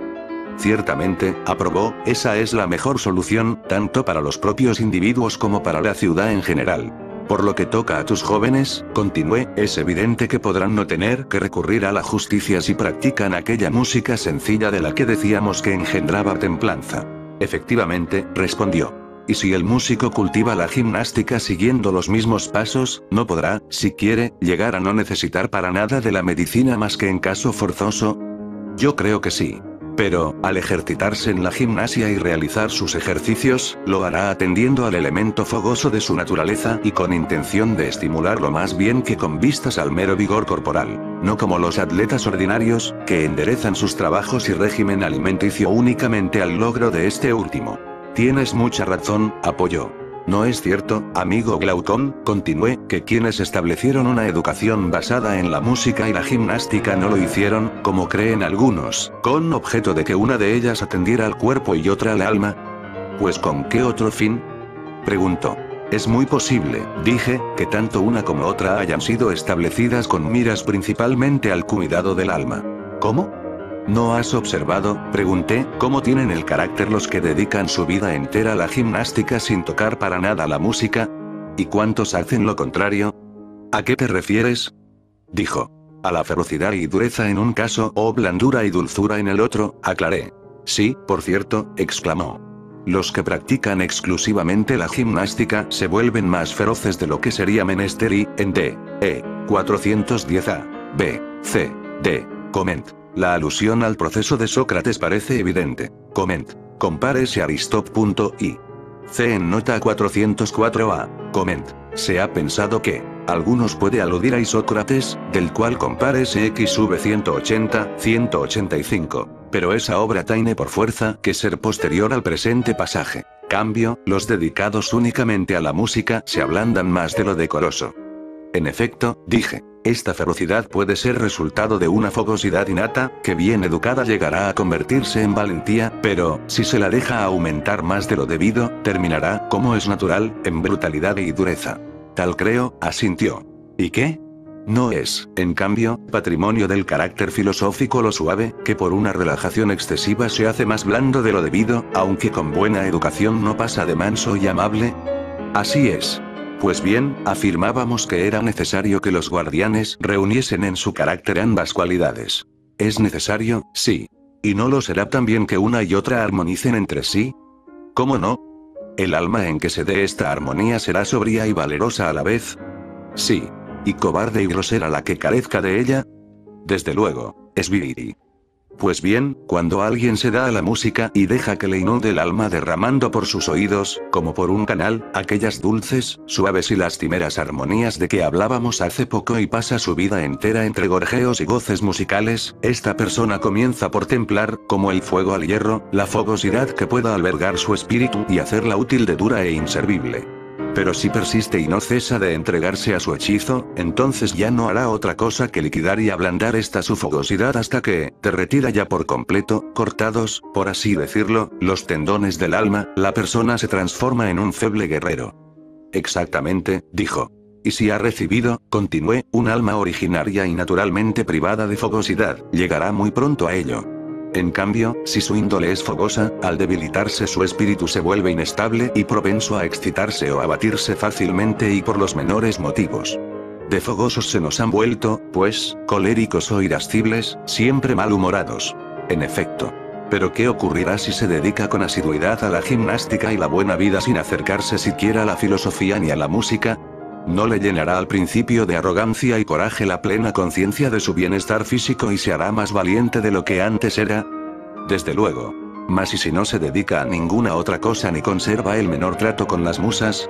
¿No sucederá entonces que, al no tener acceso a ninguna clase de enseñanza o investigación ni poder participar en ninguna discusión o ejercicio musical, aquel deseo de aprender que pudiera por acaso existir en su alma se atrofiará y quedará como sordo y ciego por falta de algo que lo excite, fomente o libere de las sensaciones impuras? Sí, dijo. Por tanto, creo que el hombre así educado dará finalmente en odiador de las letras y de las musas. No recurrirá jamás al lenguaje para persuadir, sino que intentará, como las alimañas, conseguirlo todo por la fuerza y brutalidad y vivirá, en fin, sumido en la más torpe ignorancia, apartado de todo cuanto signifique ritmo y gracia. Sí, dijo, así es. Son, pues, estos dos principios los que, en mi opinión, podríamos considerar como causas de que la divinidad haya otorgado a los hombres otras dos artes, la música y la gimnástica, no para el alma y el cuerpo, excepto de una manera secundaria, sino para la fogosidad y E. 411a, B, C, D, E. 412a, Coment. CF Tim. 88c. Coment. El ejercicio físico en los hombres de estudio debe ser moderado y breve, sin llegar jamás a la fase del cansancio. Los deportes violentos, cotidianos disminuyen rápidamente la aptitud para el trabajo intelectual. Llegada la noche, el cerebro, fatigado por las descargas motrices, que parecen absorber energías de todo el encéfalo, cae sobre los libros con la inercia de un pisapapeles. Estos procesos explican por que casi todos los jóvenes sobresalientes en los deportes y en la gimnasia, hay excepciones, son poco habladores y poseen pobre y rudo intelecto. Ramón y Cajal, Recuerdos de mi vida, 1312. Coment. Así se le llama a Menelao Enil. SB 588. El propio Platón recuerda el mismo pasaje en Com 174c. Filosofía respectivamente, con el fin de que estos principios lleguen, mediante tensiones o relajaciones, al punto necesario de mutua armonía. Sí, así me parece a mí, combino. Por consiguiente, el que mejor sepa combinar gimnástica y música y aplicarlas a su alma con arreglo o a la más justa proporción, ese será el hombre a quien podamos considerar como el más perfecto y armonioso músico, con mucha más razón que a quien no hace otra cosa que armonizar entre sí las cuerdas de un instrumento. Es probable, oh Sócrates, dijo. Entonces, Glaucón, no será necesario, si hemos de evitar que fracase su constitución, que rija constantemente nuestra ciudad un gobernante de tales condiciones. Claro que será preciso y más que ninguna otra cosa, Shix. Pues ya tenemos ahí las normas generales de la instrucción y educación. En efecto, ¿para qué entretenernos con las danzas de nuestra gente, las cacerías con perros o sin ellos o los concursos gimnásticos e hípicos? Porque resulta casi de todo punto evidente la necesidad de que todo esto se ajuste a las normas de nuestro plan y no será difícil acomodarlo a ellas. No, dijo, probablemente no será difícil. Bien, concluí. Y después de esto, ¿qué tenemos que definir? ¿No hablaremos de cuáles de los ciudadanos han de gobernar o ser gobernados? ¿Por qué no? Es, pues, evidente que los gobernantes deben ser más viejos y más jóvenes los gobernados. Evidente. ¿Y que tienen que gobernar los mejores de entre ellos? También. ¿Los mejores labradores no son los mejor dotados para la agricultura? Sí. Entonces, puesto que los jefes han de ser los mejores de entre los guardianes, ¿no deberán ser también los más aptos para guardar una ciudad? Sí. No se requerirán, pues, para esta misión personas sensatas, influyentes y que se preocupen además por la comunidad. Así es. Ahora bien, cada cual suele preocuparse más que por nada por aquello que es objeto de su amor. Forzosamente. Y lo que uno más ama es aquello para lo cual se tiene por conveniente lo que lo es para uno mismo y lo que, si prospera, cree el amante prosperar él también, y si no, lo contrario. ¿Cierto? Dijo. Habrá, pues, que elegir entre todos los guardianes a los hombres que, examinada su conducta a lo largo de toda su vida, nos parezcan más inclinados a ocuparse con todo celo en lo que juzguen útil para la ciudad, y que se nieguen en absoluto a realizar aquello que no lo sea. Ciertamente, son los más apropiados, dijo. Creo, pues, que es menester vigilarles en todas las edades de su vida para comprobar si se mantienen siempre en esta convicción y no hay seducción ni violencia capaz de hacerles olvidar y echar por la borda su idea de que es necesario hacer lo que más conveniente resulte para la ciudad. ¿Pero qué quieres decir con echar por la borda?, preguntó. Voy a explicártelo, contesté. A mí me parece que una opinión puede salir de nuestro espíritu con nuestro asenso o sin él. Con él, cuando, siendo B, C, D, E, 413a, falsa, sale uno de su engaño, y sin él, siempre que se trate de una opinión verdadera. El primer caso, dijo, lo comprendo bien, pero el segundo necesito que me lo aclares. Pues que... ¿no piensas tú también, seguí preguntando, que los hombres son privados de las cosas buenas involuntariamente y de las malas voluntariamente? ¿Y no es malo el ser engañado con respecto a la verdad y bueno el hallarse en posesión de ella? ¿O es que no crees que pensar que las cosas son como son es poseer la verdad? Sí, dijo. Dices bien y creo que es a pesar suyo como se ven privados los hombres de las opiniones rectas. ¿Y esto no les ocurre cuando les roban, seducen o fuerzan? Tampoco esto, dijo, lo entiendo bien. Es que me parece que hablo en estilo trágico, aclaré. Digo que son robados aquellos que son disuadidos o se olvidan, porque a estos últimos les priva de su opinión, sin que lo adviertan, el tiempo, y a los primeros, las palabras. ¿Lo comprendes ahora? Sí. En cuanto a los forzados, me refiero a aquellos a quienes les hace cambiar de opinión un dolor o una pena. También esto lo entiendo, dijo. Bien hablas. Y, por último, tú mismo podrías decir, creo yo, que los seducidos son quienes cambian de criterio atraídos por el placer e influidos por algún temor. Parece, pues, dijo, que seduce todo cuanto engaña. XX. Pues bien, como decía hace un momento, hay que investigar quiénes son los mejores guardianes de la convicción, que en ellos reside, de que hay que hacer en todo momento aquello que crean más ventajoso para la República. Hay que vigilarlos, por tanto, desde su niñez, encargándoles las tareas en que con más facilidad esté uno expuesto a olvidar ese principio o dejarse engañar, y luego elegiremos al que tenga memoria y sea más difícil de embaucar y desecharemos al que no. ¿No te parece? Sí. Y habrá también que imponerles trabajos, dolores y pruebas en que podamos observarles del mismo modo. Exacto, asintió. Pero no será preciso, seguí, instituir una tercera prueba de otra especie, una prueba de seducción, y observar su conducta en ella. Lo mismo que se lleva a los potros a donde hay ruidos y barullo con el fin de comprobar si son espantadizos, igualmente hay que enfrentar a nuestros hombres, cuando son jóvenes, con cosas que provoquen temor y luego introducirlos en los placeres. Con ello los probaremos mucho mejor que al oro con el fuego y comprobaremos si el examinado se muestra incorruptible y decente en todas las situaciones, buen guardián de sí mismo y de la música que ha aprendido, y si se comporta siempre con arreglo a las leyes del ritmo y la armonía. Si es, en fin, como debe ser el hombre más útil tanto para sí mismo como para la ciudad. Y al que, examinado una y otra vez, de niño, de muchacho y en su edad viril, salga airoso de la prueba, hay que instaurarlo como gobernante y guardián de la ciudad, concederle en vida dignidades y, una vez difunto, honrar sus despojos con los más solemnes funerales y su memoria con monumentos. Pero al que no sea así hay que desecharlo. Tal me parece, Glaucón, concluí, que debe ser el sistema de selección y designación de gobernantes y guardianes. Esto hablando en líneas generales y prescindiendo de pormenores. También yo, dijo, opino lo mismo.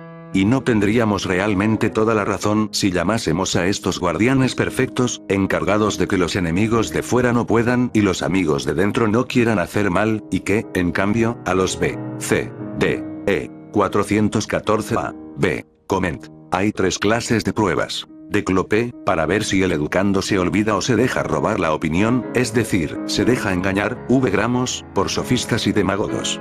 De Vía para ver si resiste a la violencia.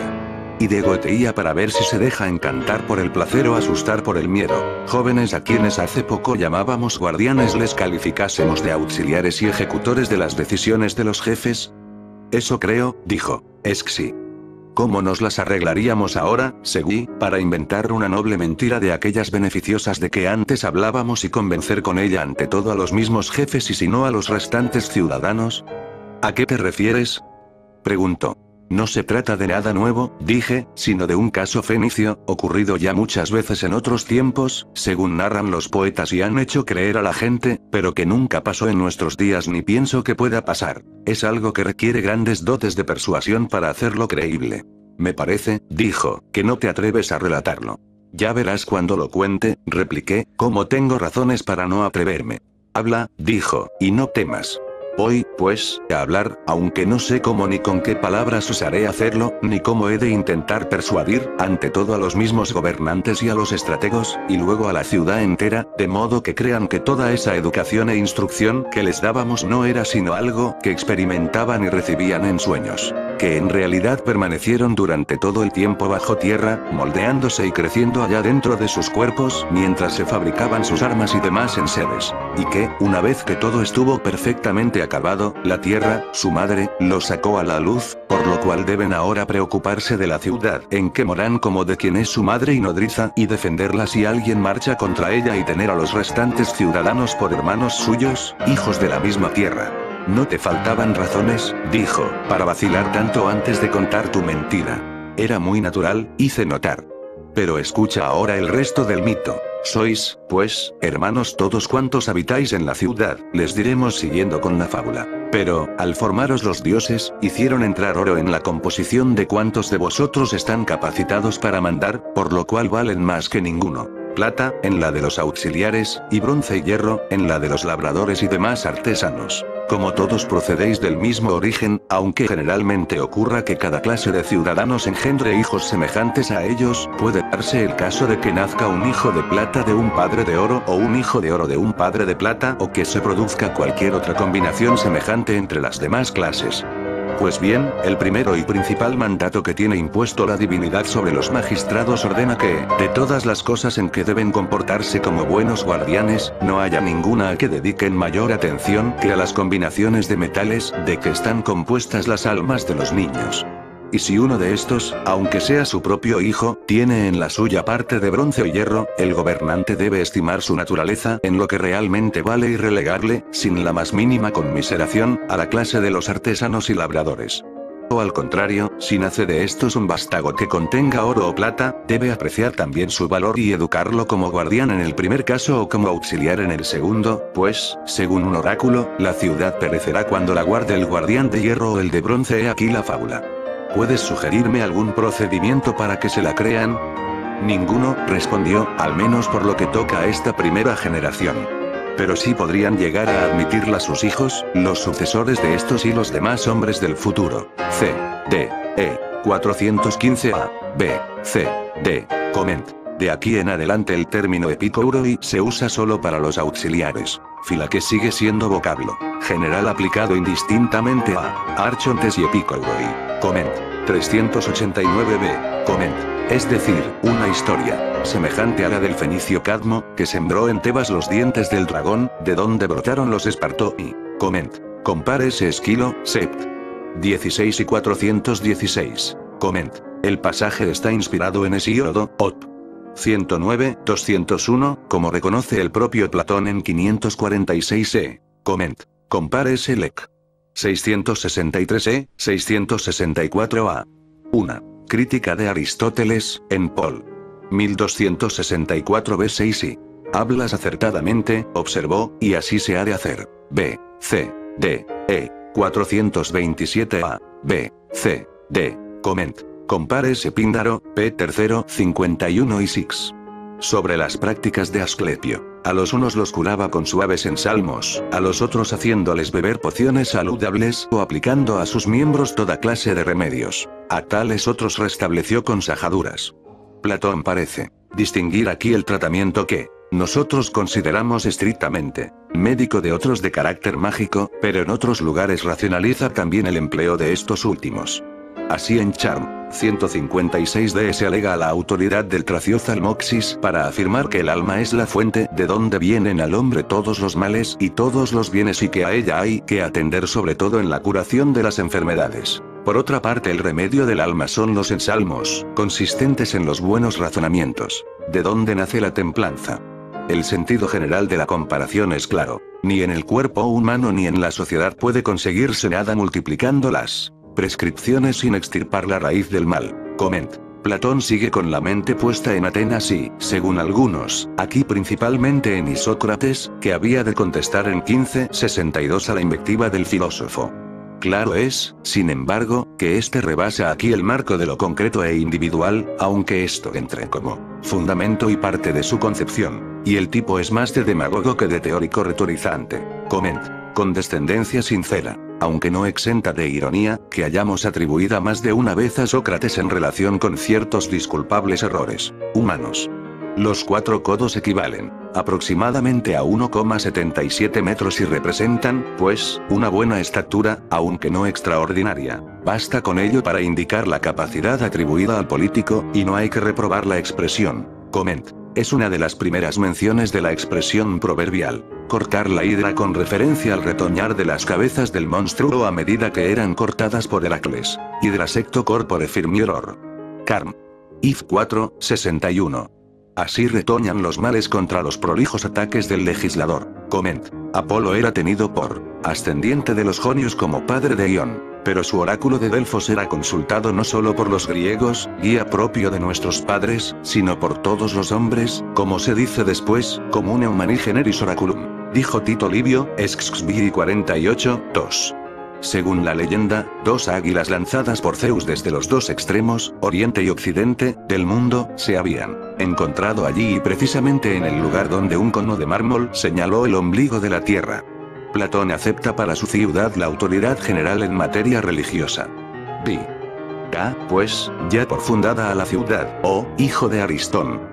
Dije, y lo que a continuación has de hacer es mirar bien en ella procurándote de donde sea la luz necesaria, y llama en tu auxilio a tu hermano y también a Polemarco y a los demás, por si podemos ver en qué sitio está la justicia y en cuál la injusticia y en qué se diferencia la una de la otra y cuál de las dos debe alcanzar el que ha de ser feliz, lo vean o no los dioses y los hombres. Nada de eso, objetó Glaucón, porque prometiste hacer tú mismo la investigación, alegando que no te era lícito dejar de dar favor a la justicia en la medida de tus fuerzas y por todos los medios. Verdad es lo que me recuerdas, repuse yo, y así se ha de hacer. Pero es preciso que vosotros me ayudéis en la empresa. Así lo haremos, replicó. Pues por el procedimiento que sigue, dije, espero hallar lo que buscamos. Pienso que nuestra ciudad, si está rectamente fundada, será completamente buena. Por fuerza, replicó. Claro es, pues, que será prudente, valerosa, moderada y justa. Claro. Por tanto, sean cualesquiera las que de estas cualidades encontremos en ella, el resto será lo que no hayamos encontrado. ¿Qué otra cosa cabe? Pongo por caso, si en un asunto cualquiera de 4 cosas buscamos una, nos daremos por satisfechos una vez que la hayamos reconocido, pero, si ya antes habíamos llegado a reconocer las otras 3, por este mismo hecho quedará patente la que nos falta. Pues es manifiesto que no era otra la que restaba. Dices bien, observó. Y así, respecto a las cualidades enumeradas, pues que son también 4, ¿se ha de hacer la investigación del mismo modo? Está claro.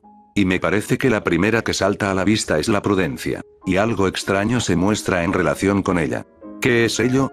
Preguntó. Prudente en verdad me parece la ciudad de que hemos venido hablando. Y esto por ser acertada en sus determinaciones. ¿No es así? Sí. Y esto mismo, el acierto, está claro que es un modo de ciencia, pues por esta es por la que se acierta y no por la ignorancia. Está claro. Pero en la ciudad hay un gran número y variedad de ciencias. ¿Cómo no? ¿Y acaso se ha de llamar a la ciudad prudente y acertada por el saber de los constructores? Por ese saber no se la llamará así, dijo, sino maestra en construcciones. Ni tampoco habrá que llamar prudente a la ciudad por la ciencia de hacer muebles, si delibera sobre la manera de que estos resulten lo mejor posible. No por cierto. ¿Y qué? ¿Acaso por el saber de los broncistas o por algún otro semejante a estos? Por ninguno de esos, contestó. Ni tampoco la llamaremos prudente por la producción de los frutos de la tierra, sino ciudad agrícola. Eso parece. ¿Cómo, pues? Dije. ¿Hay en la ciudad fundada hace un momento por nosotros algún saber en determinados ciudadanos con el cual no resuelve sobre este o el otro particular de la ciudad, sino sobre la ciudad entera? 428a, b, c, d, coment. Compárese 369a. Platón no parece incluir en su ciudad ideal la perfección absoluta de todos sus ciudadanos. Caben, sin duda, en ella imperfecciones individuales. Por otra parte, la injusticia solo puede ser definida en relación con la justicia. Coment. Compárese supra, 368c. Coment. Es la primera vez que aparece enunciada y explicada la doctrina de las 4 virtudes cardinales, si entendemos por tales aquellas cuyo conjunto forma la perfecta bondad. Es imposible saber si esta doctrina fue tomada por Platón de la opinión común. Es verdad que Píndaro habla ya, y 74, de las 4 virtudes que lleva consigo la vida humana, pero no dice cuáles sean estas. Por otra parte, Platón parece referirse a ello como punto ya establecido de doctrina ética, no como a una división hecha ocasionalmente en relación con las 4 clases de ciudadanos de su estado ideal, según opinaba Schleiermacher. Coment. Se ha puesto de relieve la ingenuidad de la aplicación de este procedimiento lógico y matemático a la investigación ética. No es rara en Platón esta que nos parece extralimitación del método matemático, y de ello se hallarán otras pruebas en este mismo tratado. Pero ¿acaso tenga razón Shorey al suponer que Platón no se ilusiona aquí sobre el valor probativo del procedimiento y se sirve de él solo para exponer lo aceptado y convenido por otras razones? Coment. Anuncia ya aquello que, luego se va a ver, 428e, que esa prudencia, existiendo no más que en una pequeña porción de ciudadanos, hace prudente a la ciudad entera. Por otra parte, esta prudencia que aquí Platón requiere para los guardianes, es una prudencia meramente política o, presupone el conocimiento de la idea del bien en sí. No puede negarse que algunos toques del discurso, 429c, 441c, parecen abonar lo segundo, como reconoce el mismo Adam, aunque partidario de la opinión contraria. Coment. Platón parte del concepto pitagórico de Euboulia, buen consejo, acierto o prudencia política, y lo distingue de los otros conocimientos. Esto no entraña que él se limite a reproducir esa misma concepción del saber como cualidad propia de sus guardianes, compárese nota anterior. Coment. Se entiende la ciudad, viendo el modo de que ésta lleve lo mejor posible sus relaciones en el interior y con las demás ciudades. Sí, lo hay. ¿Y cuál es? Dije, ¿y en quiénes se halla? Es la ciencia de la preservación, dijo, y se halla en aquellos jefes que ahora llamábamos perfectos guardianes. ¿Y cómo llamaremos a la ciudad en virtud de esa ciencia? Acertada en sus determinaciones, repuso, y verdaderamente prudente. ¿Y de quiénes piensas? Pregunté, ¿que habrá mayor número en nuestra ciudad, de broncistas o de estos verdaderos guardianes? Mucho mayor de broncistas, respondió. Y así también, dije, estos guardianes serán los que se hallen en menor número de todos aquellos que por su ciencia reciben una apelación determinada, en mucho menor número. Por lo tanto, la ciudad fundada conforme a naturaleza podrá ser toda entera prudente por la clase de gente más reducida que en ella hay, que es aquella que la preside y gobierna. Y este, según parece, es el linaje que por fuerza natural resulta más corto y al cual corresponde el participar de este saber, único que entre todos merece el nombre de prudencia. Verdad pura es lo que dices, observó. Hemos hallado, pues, y no sé cómo, esta primera de las 4 cualidades y la parte de la ciudad donde se encuentra. A mí, por lo menos, dijo, me parece que la hemos hallado satisfactoriamente. Pues si pasamos al valor y a la parte de la ciudad en que reside y por la que toda ella ha de ser llamada valerosa, no me parece que la cosa sea muy difícil de percibir. ¿Y cómo? ¿Quién, dije yo, podría llamar a la ciudad cobarde o valiente mirando a otra cosa que no fuese la parte de ella que la defiende y se pone en campaña a su favor? Nadie podría darle esos nombres mirando a otra cosa, replicó. En efecto, agregué, los demás que viven en ella, sean cobardes o valientes, no son dueños, creo yo, de hacer a aquella de una manera u otra. No, en efecto. Y así, la ciudad es valerosa por causa de una clase de ella, porque en dicha parte posee una virtud tal como para mantener en toda circunstancia la opinión acerca de las cosas que se han de temer en el sentido de que éstas son siempre las mismas y tales cuales el legislador las prescribió en la educación. ¿O no es esto lo que llamas valor? No he entendido del todo lo que has dicho, contestó, repítelo de nuevo. Afirmo, dije, que el valor es una especie de conservación. ¿Qué clase de conservación? La de la opinión formada por la educación bajo la ley acerca de cuáles y cómo son las cosas que se han de temer. Y dije que era conservación en toda circunstancia porque la lleva adelante, sin desecharla jamás, el que se halla entre dolores y el que entre placeres y el que entre deseos y el que entre espantos. Y quiero representarte, si lo permites, a qué me parece que es ello semejante. Sí, quiero. ¿Sabes? Dije, que los tintoreros, cuando han de teñir lanas para que queden de color de púrpura, eligen primero, de entre tantos colores como hay, una sola clase, que es la de las blancas. Después las preparan previamente, con prolijo esmero, cuidando de que adquieran el mayor brillo posible, y así las tiñen. Y lo que queda teñido por este procedimiento resulta indeleble en su tinte, y el lavado, sea con detersorios o sin ellos, no puede quitarle su brillo. Y también sabes 429a, b, c, d, e, coment. La ciudad es prudente por la prudencia de sus guardianes como el hombre es prudente por la prudencia de su razón. Una consideración semejante se aplicará a las otras 3 virtudes en la comparación de las clases de la sociedad con las partes del alma individual. Coment. Esto es, un nombre, correspondiente a su profesión. Compare Seprot. 311. ¿Qué nombre es el que oímos aplicado a Protágoras como el de escultor se aplica a Fidias y el de poeta a Homero? ¿Qué designación de esta clase oímos de Protágoras? Coment. El valor resulta, pues, por un lado, constancia de la recta opinión sobre las cosas que se han de temer, pero, puesto que esta opinión es prescrita por el legislador, el valor es también obediencia. Y esta es una idea hondamente griega, recuérdense, por ejemplo, el epigrama de Simónides a los muertos de las Termópilas, fr. 92d, y Aristóteles. Et. Nick. 1129b 19-20, también ordena la ley hacer las cosas de valor. Queda claro está, el valor filosófico, de más alta especie, que no se basa en opinión, sino en conocimiento. Coment. Compare Tucídides, 1143. Con razón podrían ser considerados como los más fuertes de espíritu los que conocen más claramente lo que es terrible y lo que es placentero y no por ello rehuyen los peligros. Coment. Hay, pues, primeramente, una selección de las lanas que se han de teñir y que han de ser blancas. Luego una preparación de las mismas que sabemos consistía en impregnarlas de una solución secante para dejarlas en condiciones de absorber mejor el tinte. Y por último el teñido mismo. Es clara la correspondencia de cada una de estas operaciones. Elección de los que han de ser soldados. Educación de los mismos e infusión de la opinión indeleble acerca de las cosas que deben ser temidas. ¿Cómo resulta lo que no se tiñe así, bien porque se empleen lanas de otros colores o porque no se preparen estas mismas previamente? Sí, contestó, queda desteñido y ridículo.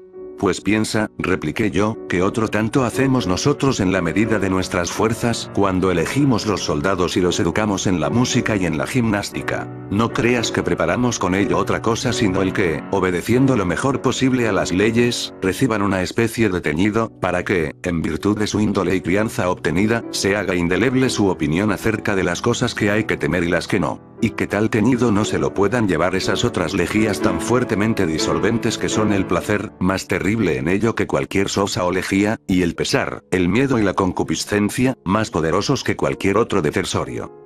Esta fuerza y preservación en toda circunstancia de la opinión recta y legítima acerca de las cosas que han de ser temidas y de las que no es lo que yo llamo valor y considero como tal si tú no dices otra cosa. No, por cierto, dijo. Y, en efecto, me parece que a esta misma recta opinión acerca de tales cosas que nace sin educación, o sea, a la animal y servil, ni la consideras enteramente legítima ni le das el nombre de valor, sino otro distinto. Verdad pura es lo que dices, observé. Admito, pues, que eso es el valor. Y admite, agregué, que es cualidad propia de la ciudad y acertarás con ello. Y en otra ocasión, si quieres, trataremos mejor acerca del asunto, porque ahora no es eso lo que estábamos investigando, sino la justicia. Y ya es bastante, según creo, en cuanto a la búsqueda de aquello otro. Tienes razón, dijo Billy. 2, pues, son las cosas, dije, que nos quedan por observar en la ciudad. La templanza y aquella otra por la que hacemos toda nuestra investigación, la justicia. Exactamente. ¿Y cómo podríamos hallar la justicia para no hablar todavía acerca de la templanza? Yo, por mi parte, dijo, no lo sé, ni querría que se declarase lo primero la justicia, puesto que aún no hemos examinado la templanza. Y, si quieres darme gusto, pon la atención en esta antes que en aquella. Quiero en verdad, repliqué, y no llevaría razón en negarme. Examínala, pues, dijo. La voy a examinar, contesté. Y ya a primera vista, se parece más que todo lo anteriormente examinado a una especie de modo musical o armonía. ¿Cómo? La templanza, repuse, es un orden y dominio de placeres y concupiscencia según el dicho de los que hablan, no sé en qué sentido, de ser dueños de sí mismos, y también hay otras expresiones que se muestran como rastros de aquella cualidad. ¿No es así? Sin duda ninguna, contestó. Pero eso de ser dueño de sí mismos no es ridículo. Porque el que es dueño de sí mismo es también esclavo, y el que es esclavo, dueño. Ya que en todos estos dichos se habla de una misma persona. ¿Cómo no? Pero lo que me parece, dije, que significa esa expresión es que en el alma del mismo hombre hay algo que es mejor y algo que es peor. Y cuando lo que por naturaleza es mejor domina a lo peor, se dice que aquel es dueño de sí mismo, lo cual es una alabanza, pero cuando, por mala crianza o compañía, lo mejor queda en desventaja y resulta dominado por 430 A, B, C, D, E, 431 A, E, coment. Platón habla aquí, especialmente del llamado nitro de calestra o calastra, que, según se cree, es natrón o carbonato de sosa en estado natural procedente de dicha ciudad de Macedonia. El segundo de cersorio, que, decimos en la traducción legía, parece ser un preparado hecho con aquel. Coment. Extraño parece que se habla de recta opinión con referencia a las bestias. Ni es enteramente satisfactoria la explicación de Adán y otros que lo refieren a aquellos casos en que el animal obra obedeciendo la recta opinión de su amo. Claro queda, sin embargo, que Platón quiere decir que el valor irracional, aunque bien dirigido, gramos, por el instinto, no merece ser considerado como verdadero valor. Se ha interpretado este pasaje como anticipación del H. 197 a 6. Lo cual es imposible según la cronología a que nos atenemos. Coment. Parece indicar con ello que el valor tal como se ha descrito, si existe en los defensores de la ciudad, hace que la ciudad sea valerosa, compárese supra, 429b, y, por lo tanto, se convierte en virtud propia suya. Menos claro resulta que Platón quiera fijar aquí el valor político como una especie de valor inferior al valor filosófico, basado en el conocimiento propio, no ya en la opinión recibida del legislador, y superior al valor solo aparente del animal o del esclavo. Coment. No han estado claras. Durante mucho tiempo la diferencia entre el concepto platónico de la templanza y el de la justicia tales como se presentan en esta parte de la República, con lo que la distinción aparecía afectada de redundancia. Un estudio más estricto y detenido ha llevado a un mejor conocimiento de la mente del autor en la materia. Ciertamente que la soprosine no es definida siempre por él del mismo modo. El concepto común griego de esta cualidad quedó ya visto, 389 de y entraña subordinación a la autoridad legítima y dominio de los apetitos. Ambas notas aparecen aquí elevadas a más alta significación. Pero Platón halla a primera vista una paradoja en aquello de ser dueño de sí mismo y explica su verdadero sentido.